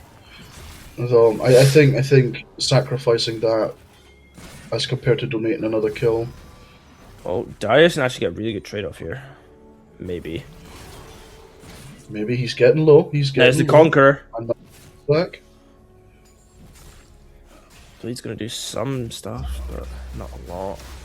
And there we have the Panther engage, W off of Kaisa, and Oh. we switch to the mid lane where Cat Bandito Holy. has just nearly taken out Syndra. There's so much action going on Ivern the looking map right top here. side. And Might be there we dead. have the Yep. Ornn. Oh, it kills the It Darius. might be a double here, maybe. Daisy comes out. I don't think he's got the damage on the Ivern to kill here. I think Orin could just walk out for free. That's huge. Yeah, I think so too. Boga also took quite a beating in that trade. Nunu waiting on river. So maybe we're gonna try and get Ivern here. Maybe not. Possibly seems to just be retreating into his own jungle. Yeah, must be going up for his Krugs and then reset. Alright, Jaden back here. And lane. Not seeing a lot of Nico's walk through lanes here, especially with Jaden being 6. And the root is on cooldown.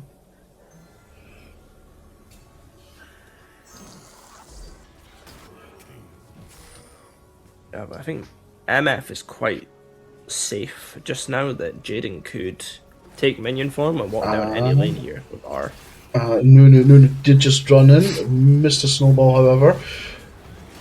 There comes the ult from both the Darius and the Nunu. Nunu ends up falling for the to the bleed, and yeah, and Synthet just picking up another kill in the top lane.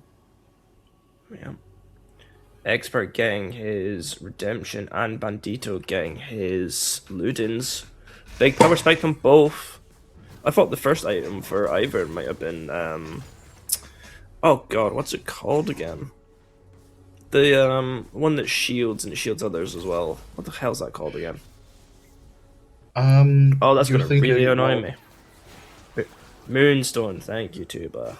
That's the one. I'm thinking of Moonstone. I thought that. And there we have a pick on Biwa, stun from Pantheon coming in. It's the spear that finishes. There's no getting out of that one. Chain CC from stun into fears. Yeah, it's rough. Blackfire picked up for Biwa though. Did he flash it? No, he didn't flash. Yeah, it was used earlier. So they're punishing that. It's the other thing with Syndra. Syndra flashes down, you're gonna need to punish it.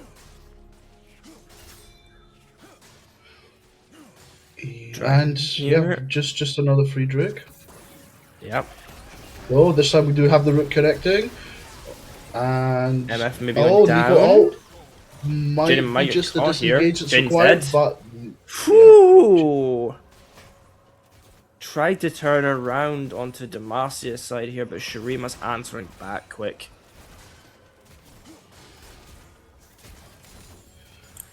I mean, the Ghost Man has finished his rogue quest now, so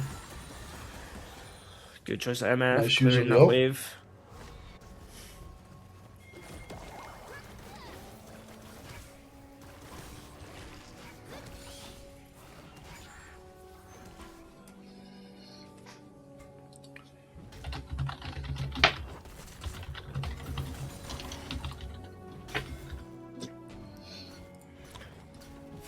Orange just getting that lead further and further. 1k already.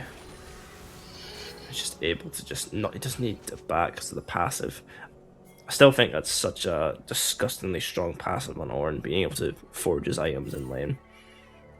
Yeah, I mean it really just negates the entirety of a back window. So I mean, saying that, you know, Ornn nearly with a 1k lead here, we see the same for Pantheon. Nearly a grand. Another flash in. Yeah, it's just dead. Instant dead. Same play as before. Same play as before. No, yep, same play. No counterplay, just straight death. And with that, the nearly 1k gold lead is now over 1k. Yep. 1.6 for Vex. 142 farm, 110. It's looking like a rough game for BY here. And Still there we have another doable, Pantheon stun and followed up the Kai'Sa. W. Not enough. However, we do have a gank here. Expert's Q going wide. I don't think they have the damage for this unless they cancel knock up. Oh, perfect timing onto the Ivern Daisy here. They did. There is the. I don't think they have the damage. It's only. Yep, they got it. I was gonna say I don't think they have the damage for it, but then Vex being AP, yeah. And then X. Honestly, with the way that Synthet was pincered towards blue side turret, it was probably always going to be a kill. Yeah. Getting the Darius back into the game was pretty good for their side. Nunu gank coming in. Nunu is coming bot side, and it connects onto Kai'Sa. Nico ult on the follow up, and we've got the Nunu on the Kai'Sa trying to chomp. Pantheon, however, just on the back line. Can they live this? They might fight this. They can fight this. Down, and Oh, the Nunu ult. Is it enough? The Kai'Sa It's auto not. attack. Just a Oh misclick. my And lord. that The is a clean. Pantheon stun to stop the snowball still hitting Kai'Sa and cancelling her R is kind of not. That could have been a really rough fight there, but they turned that around. Yeah, they turned That that is around amazingly. insane. I think Jeez. in that fight the focus might have been the issue with the way that they split, leaving the Pantheon to just focus on the Nico. Yeah, maybe collapse onto the Pantheon all as one while the Kaiser's a bit zoned, you know. Yep. Hector in the Twitch chat. Casual Pantheon gameplay. Yep, sounds about right. Sounds about right. And buffering the stun Pantheon. with the Ornn. And Pantheon being a menace on this map. Experts there as And well. here's Q the going pick wide. Daisy coming onto in. the Nunu. Can they Is it enough? cancel it? Can Is he he get out? He's out. He's out. Okay. Wow. I think the pull off of Darius must have been like 1 or 2 seconds. Yeah. Sadly, just out of time. Darius Just out of looking on time. the map for Nunu. Ooh, just he's gonna get that speed buff from the Pressured away. Herald is going for free. Yeah. And that's Expert taking even more objectives for his team. It's a 4.5k gold lead for Shurima here. Pantheon are coming in. Going very Entirely wide. wide. And the Q going wide. Trying to get the pick here, but not much they can do. But yeah, to what you were saying, Pantheon being a menace, like his map pressure has been so much higher than Nico's. You know, we see Jaden, he's been kind of stuck in the bot lane. But I don't whereas think he has Pantheon to be been stuck in moving the bot through. lane though. There was plenty of times that MF was kind of sitting just by the wall or by tier 1. Like Jaden could have walked down lane with ult multiple times. Yeah, It's no, just- I don't fully know agree. if he was worried about maybe making a misplay. Oh, pick from Hiwa here. No follow up on that, sadly. And we do have Dragon a fight multi-man going here, down. and Big Arnor? it seems No, like mage haters that's are Arnor. getting pincered here. We do have the new ult and the Nico coming through. However, the Nico does end up falling to Cat Bandito. Gumasushi that ends up falling just after in response. Dragon going And over to a Nunu because knock-up, had that prio. knockback. One for Dragon is a pretty good trade for Red Side. It's it's slowly clawing back into that game here. But that tier 2 mid lane is going to fall very soon. That's really a gonna single open the auto map. attack away. Yeah. Bandito's just going to secure that here. And they're playing in for this Nunu's top side. Nunu's farming his Krug, so he might get caught here walking around the corner.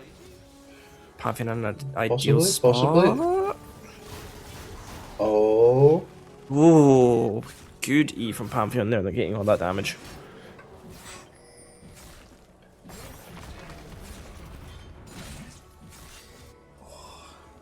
See, so overall, Red Side did just trade 1 kill for a Drake, but then also lost 2 turrets in response. Yeah.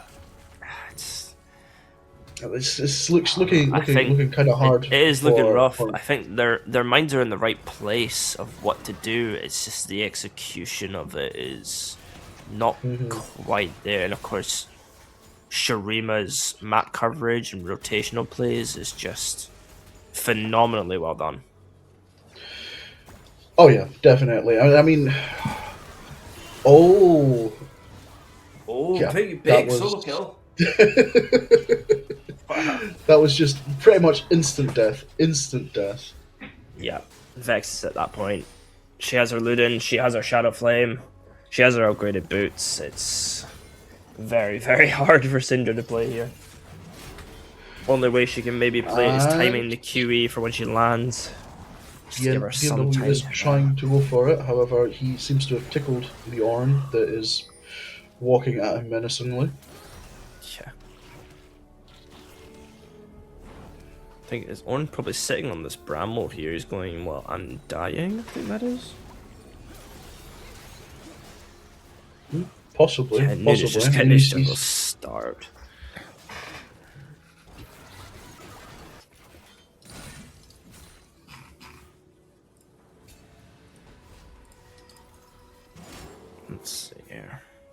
But yeah, this is well known for Expert's team. I've known Expert a while, and every single tournament that I've seen him in, he plays like this. He plays around with a team that's able to rotate around the map, and that might be Jaden getting caught here. Flasher and Jaden getting killed by the Darius. I think they can do this as well. Yep. We end up with a TP in coming in as well, and did we get TP in? Oh, we did. Or was that Kaisa R? It was Kaisa R. Oh yeah, that was MF having the flash there. Ooh, almost getting caught by the Vexar there. But that's MF, no flash now. You know what that means. Pantheon's got flash.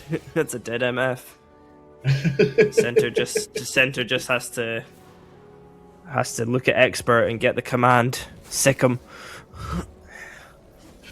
So it seems like he was just finishing up the Thornmail, as compared to going into Undying. I thought he was going to Undying or Jack Show. I think that would have been, because there's been a lot of team fighting on that top side.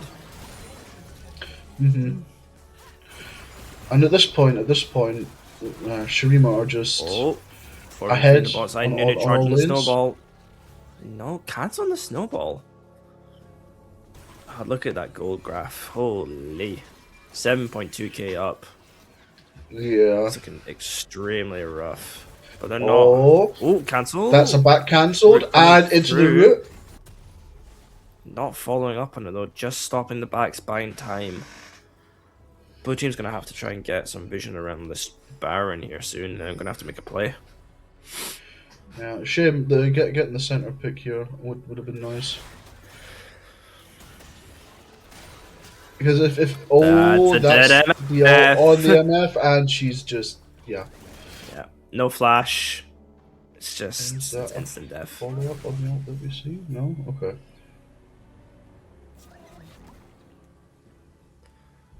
Syndra's flash here. Orin flash is coming up soon as well, so they're gonna have 3 flashes on the red side, where there's almost all up on blue side.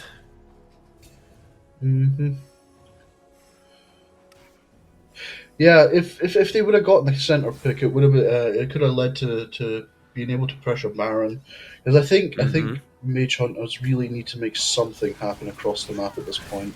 Yeah. Although it seems like they have an aggressive pick comp. I just don't see any pick happening. I think they're too scared. That, or I think that blue team has gotten to that point where they are ahead, that even if red tried to go for a pick, it's just not going to do anything.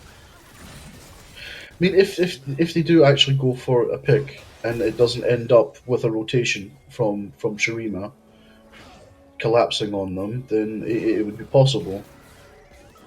But if you're trying to go for a pick and you're trying to like 4v1, and then the next thing you know, there are like Orin getting collapsed. 3-4 other people. Good Q. Okay. It's still roots though. Did buffer, and here is the follow with the Vex ult. Is it enough? It is indeed. Then we get. Oh. He almost gets the 2. Pantheon going to finish it here. Here's Pantheon for the cleanup, and we have the Nico ult keeping him under turret, taking shots, and he does end up going down. That's 2 shutdowns though. 785 gold donation to Mage Haters.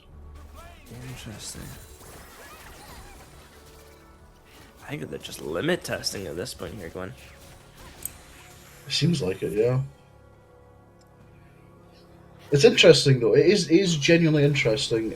I remember us talking at the start of the game with Fluttershy kind of struggling a little bit when it comes to the farm as effectively, and then at the moment Fluttershy is the only member on Mage Hunters that's actually still ahead. Yeah, but I think that's the thing with Ivern. He doesn't need to be ahead, or even if he loses, he just wins per se because of how effective and useful he is, just as a support shielder and CC bot with that Q and Daisy knockup. True. You know what I'm surprised to not see on the Ivern actually. Bandle pipes. Like the Bandle pipes would be really nice. Yeah, the Darius, the Kaisa, and the Pantheon would all benefit from it really, really nicely. And getting here we picked have here, the having to pop the engage. ult. The Nico ult comes out. He still gets popped though. Bandito taking a lot of damage there from that MFR. Going into that backside, maybe he's going to recast it. He might. He's going in. Yes, he gets the kill. He has that reset again. Just going wide for the Ornn dying, but that's a really good engage.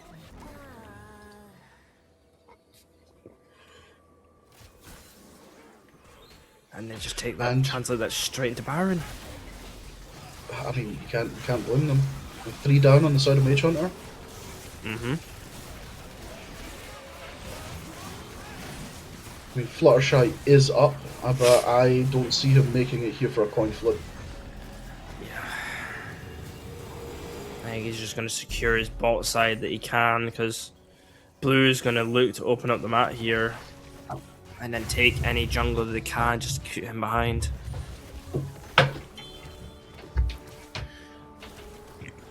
What do you think, champion-wise, that Red could have subbed out to maybe make this a little bit better for them? Oh, it's MF dead. And the flash. And the second one. And the second one. Oh, Jaden just getting out. Popping the R, thinking the Kaiser's there. Pantheon R coming in. Can he get the Q snipe? No, just wide. B was in a really bad spot here though, but so's Pantheon. Pantheon damage. Ha! Kick. That's just tier 1. That's just tier 3 down even. I'm just gonna get that inhibitor. Daddy's also pushing top lane. They're gonna go for there. Yep, straight into 2 inhibs. They might just end the game here. 5 seconds on MF. Yep, MFR coming in. Oh, it's a really... This is a good hold so far, but... Oh, that's a good MF ult. Not able to finish off the Darius though, and Kais is just gliding. Kais is just gliding on them. That's gonna be game there. Yep. Flash there for center. Yeah, just that's it. That's GG there. Holy moly, what a game 1! Absolute cinema from Shurima. I know. What a game. Absolute cinema. Okay. Alright, so we are going to go to break before we then launch straight into game 2. Mm-hmm. Or would it be draft for game 2 or straight into game 2? Straight into game 2. We're going straight into game 2 from production side. Awesome. Alright, so everyone get your water, get your drinks, go out for a smoke if you need, and we'll come back after the break.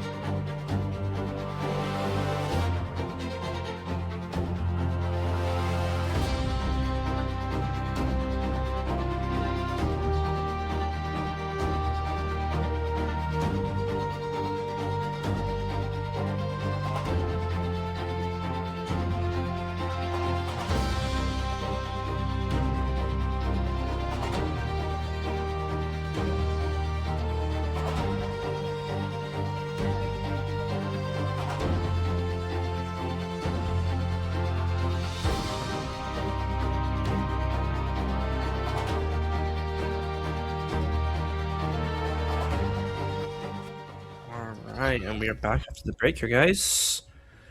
So it looks like same sides, very different teams here. Still, Massively I think the different same. comp. I see a Senna Kench. Oh, I see a Senna Kench. Oh, this is gonna be a spicy bot lane. Cog mid. Oh Very wow, much I've so. not seen Very AP much so. Cog in a long time.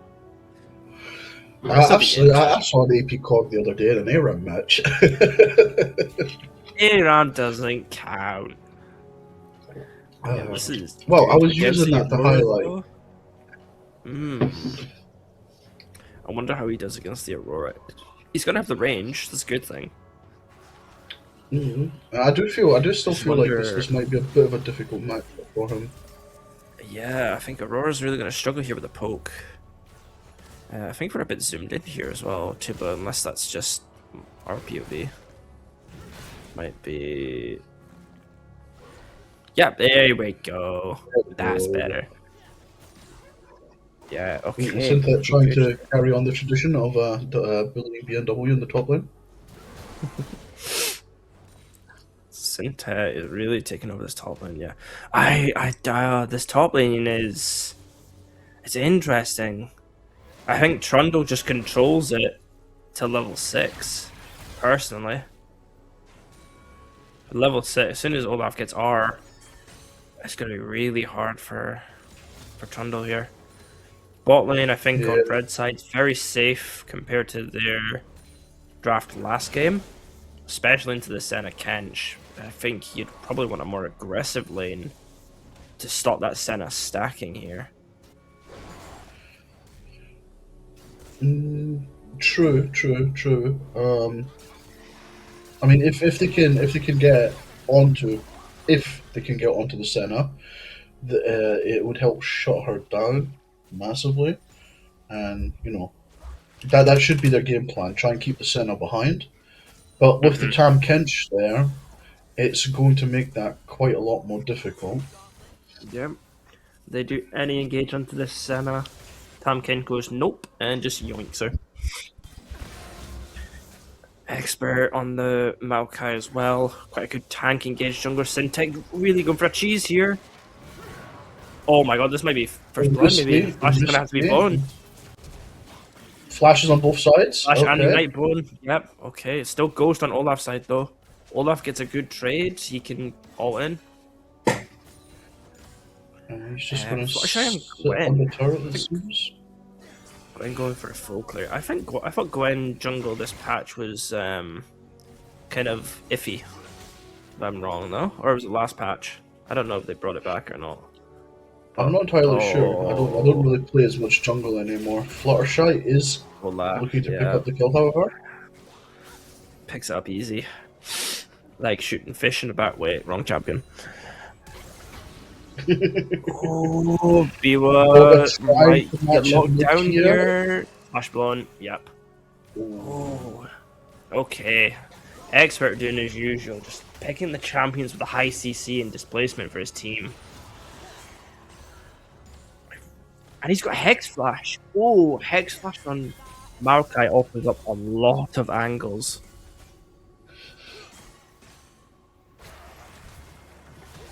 Hex Flash Bandit over here, I've been told by production. Let's do that. Jin getting rooted here.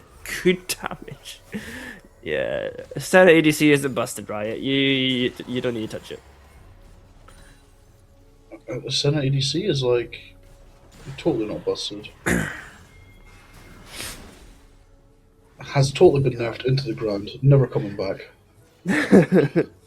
But I thought the Tamkin Senna lane was supposed to be Tamkin as the ADC though, because Senna gets more souls by missing CS. That was before she got reworked. So they did change it. When she when she was originally released, she got massively more souls if the other person's farming. So a lot of oh, there's the solo kill coming in. That's what I'm saying. I think this Toyn's flip flop. It's going to be flip flop for a while. Good poke for Biwa. I think Bandito's really gonna have to use his E range just now, because if Aurora gets in close, it's an easy chunk. Yeah, that's kind of Collapsing. what I meant by the cat might struggle in this lane. If Biwa gets on them, which I mean, Oh, Aurora high mobility is not. A 3-man knockup. Fluttershy Oh, go going ahead. down. Are they just going to transfer this straight in? Yep, they're just going to take over. Expert just takes there and goes, thank you for the leash. Wow, they had to burn so... What did they burn there?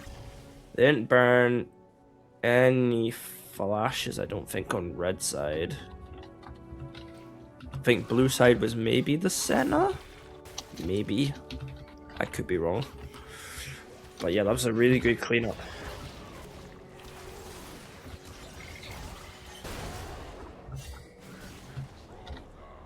Okay.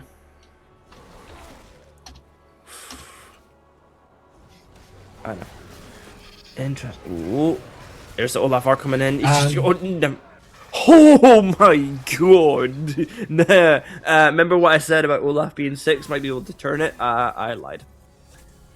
Damn, Trundle. That R taking the resistances as well, because Olaf R passive gives him the resistances, but when he activates it, he loses that in turns for damage, and then that makes him squishier, and then he's even further squishier by Trundle. Oh, that's nasty. Yeah, and you got to think as well. Like one of the obviously you do get the extra damage out of it, but one of the huge things about the Olaf ult is the CC immunity. And well, I mean, Trundle has a slow and his pillar, But then there's nothing else in the other team. Maybe the Karma route. But that's it. There's nothing else on red side he needs to... Oh! That's a good... Oh, good buffer. Very good buffer. That would have been a really good pick for them as well. That was a route coming in as well. and we go back to Yolo Bolo in the top lane. Yeah. A double knock up! Doubles. Oh my god. Just gets his stacks from everything. They can kill. Maybe not. Yep, shield comes through. Oh, it almost does kill though. Holy. Just with a Retrix and pickaxe, by the way, Riot. Not even a full item. Looks like she's going... Let's Yomu's wait until Senna's first hit. sniping the Ezreal off the map. I need to actually... Let me have a quick look up on Lolalytics to see what the Senna ADC build is. I think it's Yomu's into Dust Dawn, but I could be wrong. I haven't Okay, seen both of these builds are... Oh yeah, oh no, it tells me it's static into Dust Dawn. There's no static on for it. Interesting. I wonder if they're trying to get... Yeah, static got massive buffed with the passive. Oh wait, he is triggering going all on hits. static. He is going static. I seen the Yeah, Retrix and the yeah, yeah, pickaxe, and I'm thinking, oh, he's going Yomu's, but no, he's got the bow. Yeah, he is going static. So I wonder if he's going to do... Retrix pickaxe wouldn't go into Yomu's though. It's been a long time since I played any AD assassin, Alright, especially fair one enough. that's built good, so. I can forgive you. So yeah, it looks like from this, he's probably going to go static into either Dust Dawn or Hex Optics, and a kill on top lane here. Was that a free man? Was Kog'Maw there as well? Kog'Maw was there as well, but he bagged. Oh. Managed to get the rotation timer there, and I think he can shove this in before Biwa gets back. He's going to have to TP. Tom Kench looking to get in. Picks Jaden again. That's a kidnap. Ooh, Flash couldn't burn. get the... Yep. Adding Nightburn for Ham's side, but that's not going to matter. God damn, that Kog'Maw damage. And it's looking the same as last game, except all lane... Actually, no, it's a repeat of last game. Every single lane is ahead for Shurima, except Fluttershy. Fluttershy has been ahead of X for the full time. Fluttershy is really trying to carry this entire series. Yeah, Gang coming in. Good poke, gonna give That's you here. the Pumpkin's gonna have to tank it. I think he might go down here. Flash burn by center. Root coming in. coming in.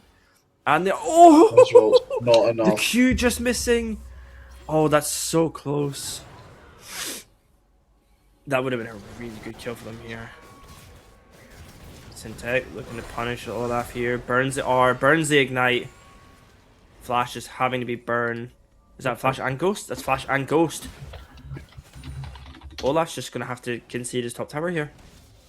I think he just gets dove. Yep. Does he die? He died. Oh my god, wait! Oh, Syntet taking too many hit tower shots. He can farm off the wave though. He's got his Tiamat and he's got. And Syntet now looking to be in a it's bit of a pickle. No Q for Olaf. Yeah, it doesn't. Yeah. Shield. I was gonna say no Q so that resistances aren't getting shredded, but yeah, it's the shield. I forgot they added a shield to Olaf W. They didn't need to add a shield to Olaf W. But also he got buffed, I'm fairly certain. I think his lifesteal got buffed. So that's, yeah. So first blood from top side on red here, going more in favor of blue side. Quite an interesting turnaround. Yeah, Olaf has received a couple of buffs in recent days. Not like he needed them. I think he was always in a kind of good spot, but just the way that they've changed them, it's bringing them more into the higher tier, like sort of like Emerald above or Challenge, like Diamond above. Because I think he was more mainly a thingy. Look at that smite. That was such a late smite expert. He's had good smites, like 252 MS and all that. That's early. So yeah, really stuck in there. Pick. Not on Jaden this time. He's getting burnt. Yeah, Ezreal is such a good pick here. Like, it's gonna really hard to lock him down. Oh. Olaf can look for an all-in here. He's got the perma-slows. Yep. But Ezreal really... Oh my god, it's a battle! Oh my god! That is insane. That's just both ravenous. Both of them ravenous. Holy shit. It's always nice to... Look it's at always that top nice lane about damage. seeing It's literally two equal. top laners just standing still, bonking each other, dealing 9k damage each. Top lane's normally like a wet noodle fight, but this out. is... Yeah. He gets his tower, but... God, it's normally... You see top lane is just a wet noodle fight. This is a bloodbath. And here we come with the over. Look at that damage on Trundle. Almost double everyone's damage apart from Kotma. It's so wild. Oh my days. And he was 1-in-4 at that point, and he still turned that around. That's insane. These two top laners, they're looking for... Oh, we got a pig here. He's getting blown. I think but just not enough. Senna needs to time shielding. the W as Kench knocks up. Yeah, like this. This is when the W needs to come in, like earlier than this. Yeah. Center taking a lot of damage. He gets the... Yeah, Center. Yeah, he's got his tabbies. He's got his tabbies. That damage just didn't cut. Center. Oh, the snipe! Damn. Ghostman getting the snipe. I can hear the pings in game of just a spam ping. I don't know what that was. If this was solo queue, that tank hench would be spam pinged. Right, let's look at the mid lane here. 154 CS. Why did you win the other bush? I don't know. Synteg. Ooh. Oh. Expert getting on the flash. No, they might die. Oh my god, he lives. Wait, Bandito maybe? gets away. Bandito gets He away. lives! The Gwen R just didn't hit. And the snipe from Sam, that's just dead. That's just dead. And yeah, kill donated to center to make up for getting sniped, I guess. Transferred all the way for Korea just for Rune Terror Rising. Gumayusi really popping off here in this game of lower bracket. Just further and further ahead. I just can't believe that Cogma lived that. As member of HLE, so and now he's part of Absolute Shurima. He's on loan just for this tournament. He has to fly back in the next few days to go back to LCK and then come back again for next week. Mm-hmm. Oh man, I just can't believe that Kog'Maw had flashed on by Trundle Ard, Gwen Ard, and still walked out. That's insane. Yeah, Cat Bandito has been like genuinely solid in both games. And I mean, look at this. Look at this. We're looking at another 3k gold lead again on this Kog'Maw. Look at the attacks there. Look at that.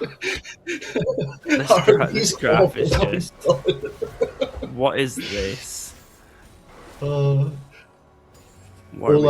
and Trundle are just auto attacking one another repeatedly. Gold efficiency, yeah. Olaf getting higher gold efficiency, but just Trundle's just doing more.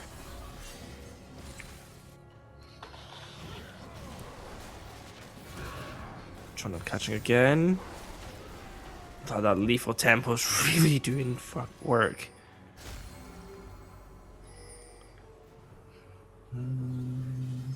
Fluttershy might be walking into Death Trap here. Yup. Oh, Fluttershy out. To get away. Maybe. Ken's flash Q. And Bandito is still alive. Oh, Biwa! Oh, he's gonna die though. You got it. Yep. And then he gets it. They get Jaden here as well. Knocked back into the team. Knocked to the side. Still gets picked up though. That's gonna be a dragon. That's the third dragon for blue side. Insane. Let's see if Expert smites early. Come on, you're being watched. Oh, Ezra R coming in, sadly. Not doing enough damage. I think it hit. If I this could is be a wrong. of smite again, then Boga is clearly... There we go. 0.34. Ooh. Very good. A perfect smite on an uncontested dragon.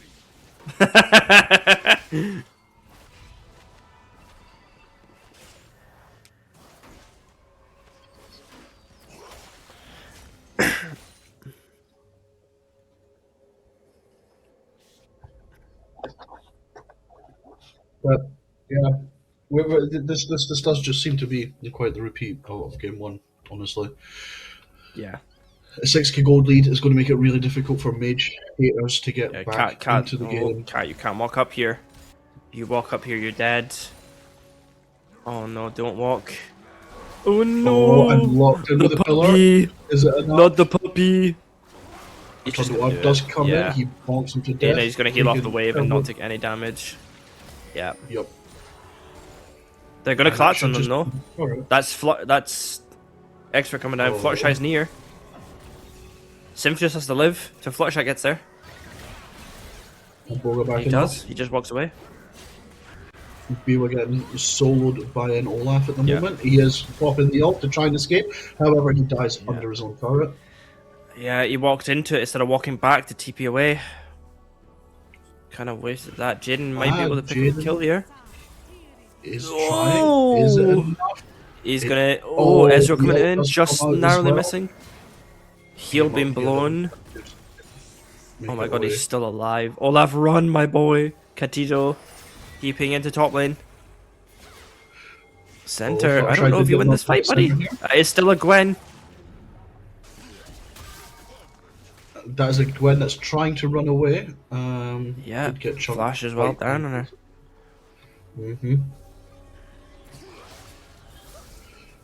I'm like, oh, the center, you don't win that. That's a Gwen. It's a tank killer. And then Gwen's running for her life. The center seems to just be trying to solo the entire bot lane by himself.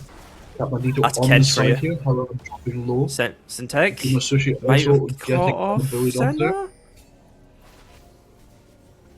No, he's just letting it go. Kench might be a bit of a trouble here. They've got nothing to stop the W. Oh. Yep. Nah, he would just mix it out. That's a flash Magneto from... was getting attacked, however, Boga comes in. Oh, Expert coming in for the Q snipe. In goes down. Biwa is is looking, flashing in there. gets the kill. He's gonna get the reset on here. He's gonna die though, the Kench, Ignite. The Ignite still gets him, yeah. Yep. Josh, Like Josh saying in Twitch chat, didn't go in the heal. And that's gonna be it. Fluttershy goes down. Three on trying to one. hold the line. He does manage to get the Tam. However, he is going to go down. Yeah, he gets the support, but the top laner and jungle still wailing on him. Full ace. We see pings coming down for Baron. Maokai's flawless. Right now, Expert's going for a flawless game, but that is a Maokai with Plated Steel Cat, Fimbulwinter, and Spirit Visage. I don't think he's dying anytime soon. Soloing Baron, though. It seems like Boga is literally putting his money where his mouth is. He was a lot of talk during the drafting, and yeah, it seems like he's backing it up.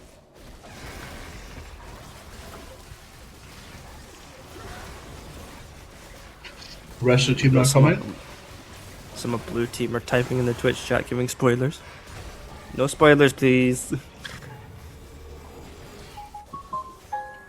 No, I was just saying that it was flawless on Ivern as well. Cuddly Cactus is a lower bracket. Yeah, this is a bloodbath of lower bracket. You see, like for middle and upper bracket, it's more methodical. Like people are not trying to die as much; they're going for rotations. The lower bracket's a bloodbath. You say that, but I see a lot of this kind of behaviour in pro play as well. So true. I wonder what our game's going to be like tomorrow. Oh, that's going to be a bloodbath as well. That's going to be tomorrow. Interesting. No, not tomorrow. 2 days yeah, tomorrow. tomorrow. No, sorry, Saturday. Saturday. Yeah. Yeah, we got Saturday. Iron. Ooh, no, Iron. Olaf is just running out. Super fast Viking there. He was getting caught here, not able to assassinate here. Center is just being that frontline tank. Expert just walking in here, getting onto that back line, just disrupting them. 4-on-1 on Syntech, yeah, and they're just going to run them down here. Or they're going to take drag, they're just going to go for soul. Just for leave Drake coming up. Push. Yep. Yeah, perfect time. Interesting. And yeah, I mean, Olaf can easily take this tier 2. That's so collected. He's got Kench hovering him as well, but just red side just need to reset. I think Gwen's taking their top side just to secure that. It's a smart play. I think you'll find half of them kind of got forced to reset. I meant just with Jaden. Yeah, I know. Gwen there. Cheeky. Can we get a stack check on the Senna? I'd like to see how many stacks you see. You can see it. So it's above top corner of Senna's portrait. Yeah, you can see it for like Scion and stuff like that. It's on the top corner of their portrait. Right. Okay. But yeah, 70's not too bad just now. Uh-oh. Senna didn't realize he was on the Phalite ward.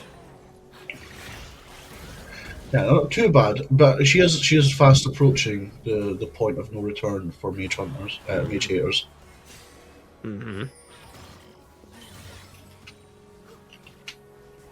This is gonna be.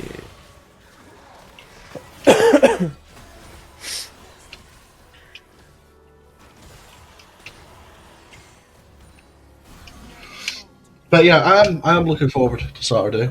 If Scrims has showed anything, then it's that it is going to be a potential amazing series on our hands. Yeah, no, I agree. I'm quite excited for it. It's gonna be a good match.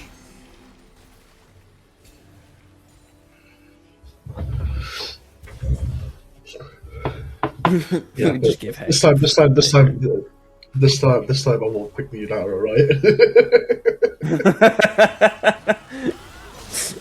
RC in the Twitch chat. No wonder these bastards didn't pick me up. I'm glad I didn't join Demacia now. Damn Lux here's.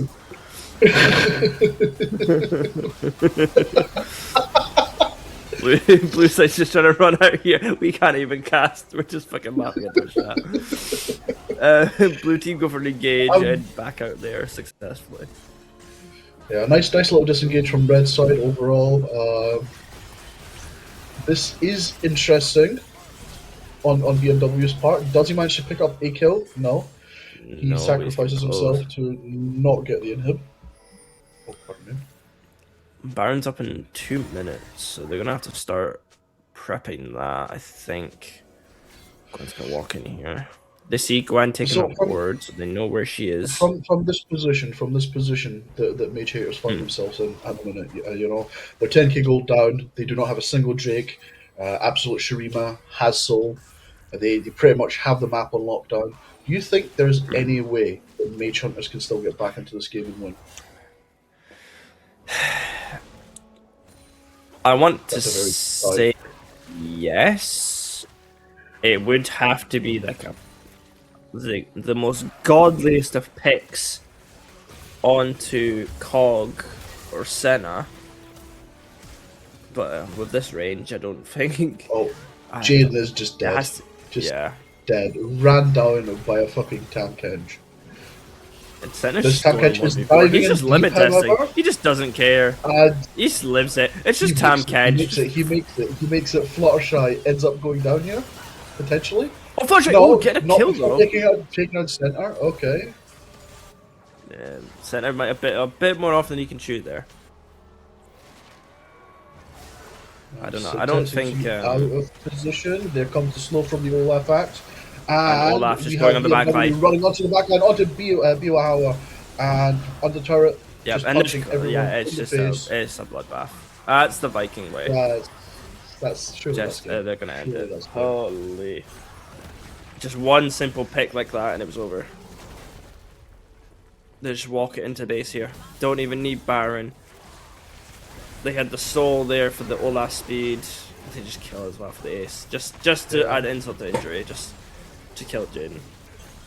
And that's it. That is game 2. Towers, but no. Fluttershy trying to do anything here. But yeah. Alright. That was 2-0 to Shurima. Systematic dismantling. That is so there's the standings now. Yeah, Demacia got in the 5 from, I believe that was middle brackets one game. Yeah, for the 1-2. Yeah, but Piltover is going really strong here as well. We need to get on the board here, Gwen. Ionia's not doing anything right here. We need to do something about that. Yes, we do. And we got to represent on Saturday. Get our region at some point. On that note, MVP. Who do you think? Has to be someone from blue side. Oh, definitely blue side. I'm wanting to say Boga. He expert, was, yeah. I'm torn between experts, just his all round kind of like ganking and where he has to be on the map like perfectly, or Bandito. I think he really popped off with the Vex. I think he popped off with the Cog.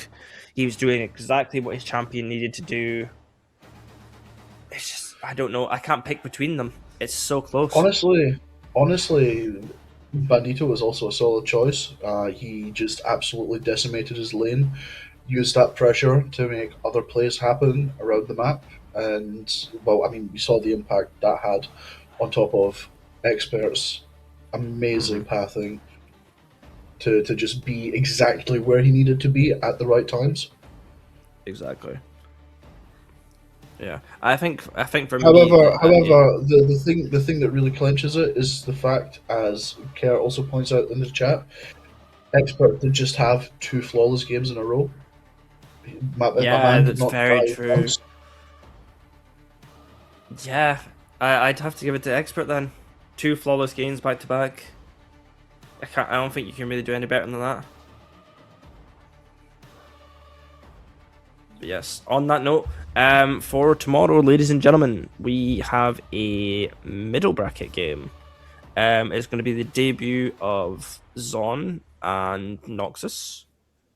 And that's going to be at 7 p.m. UK time, if I'm figuring it right. 7 p.m. BST, perfect. So that's going to be it for tomorrow then. So make sure everyone stays tuned and roots on their favorite. Yeah, their favorite. Yeah, you got this on. But yeah, thank you so much for everybody for joining. Thank you, Gwyn, for co-casting this with me, even though we just took the piss for most of it. Hey, YOLO. But yeah, thank you for joining, everyone. And I hope you all have a fantastic evening, and we'll see you shortly. Awesome. Bye bye, everybody.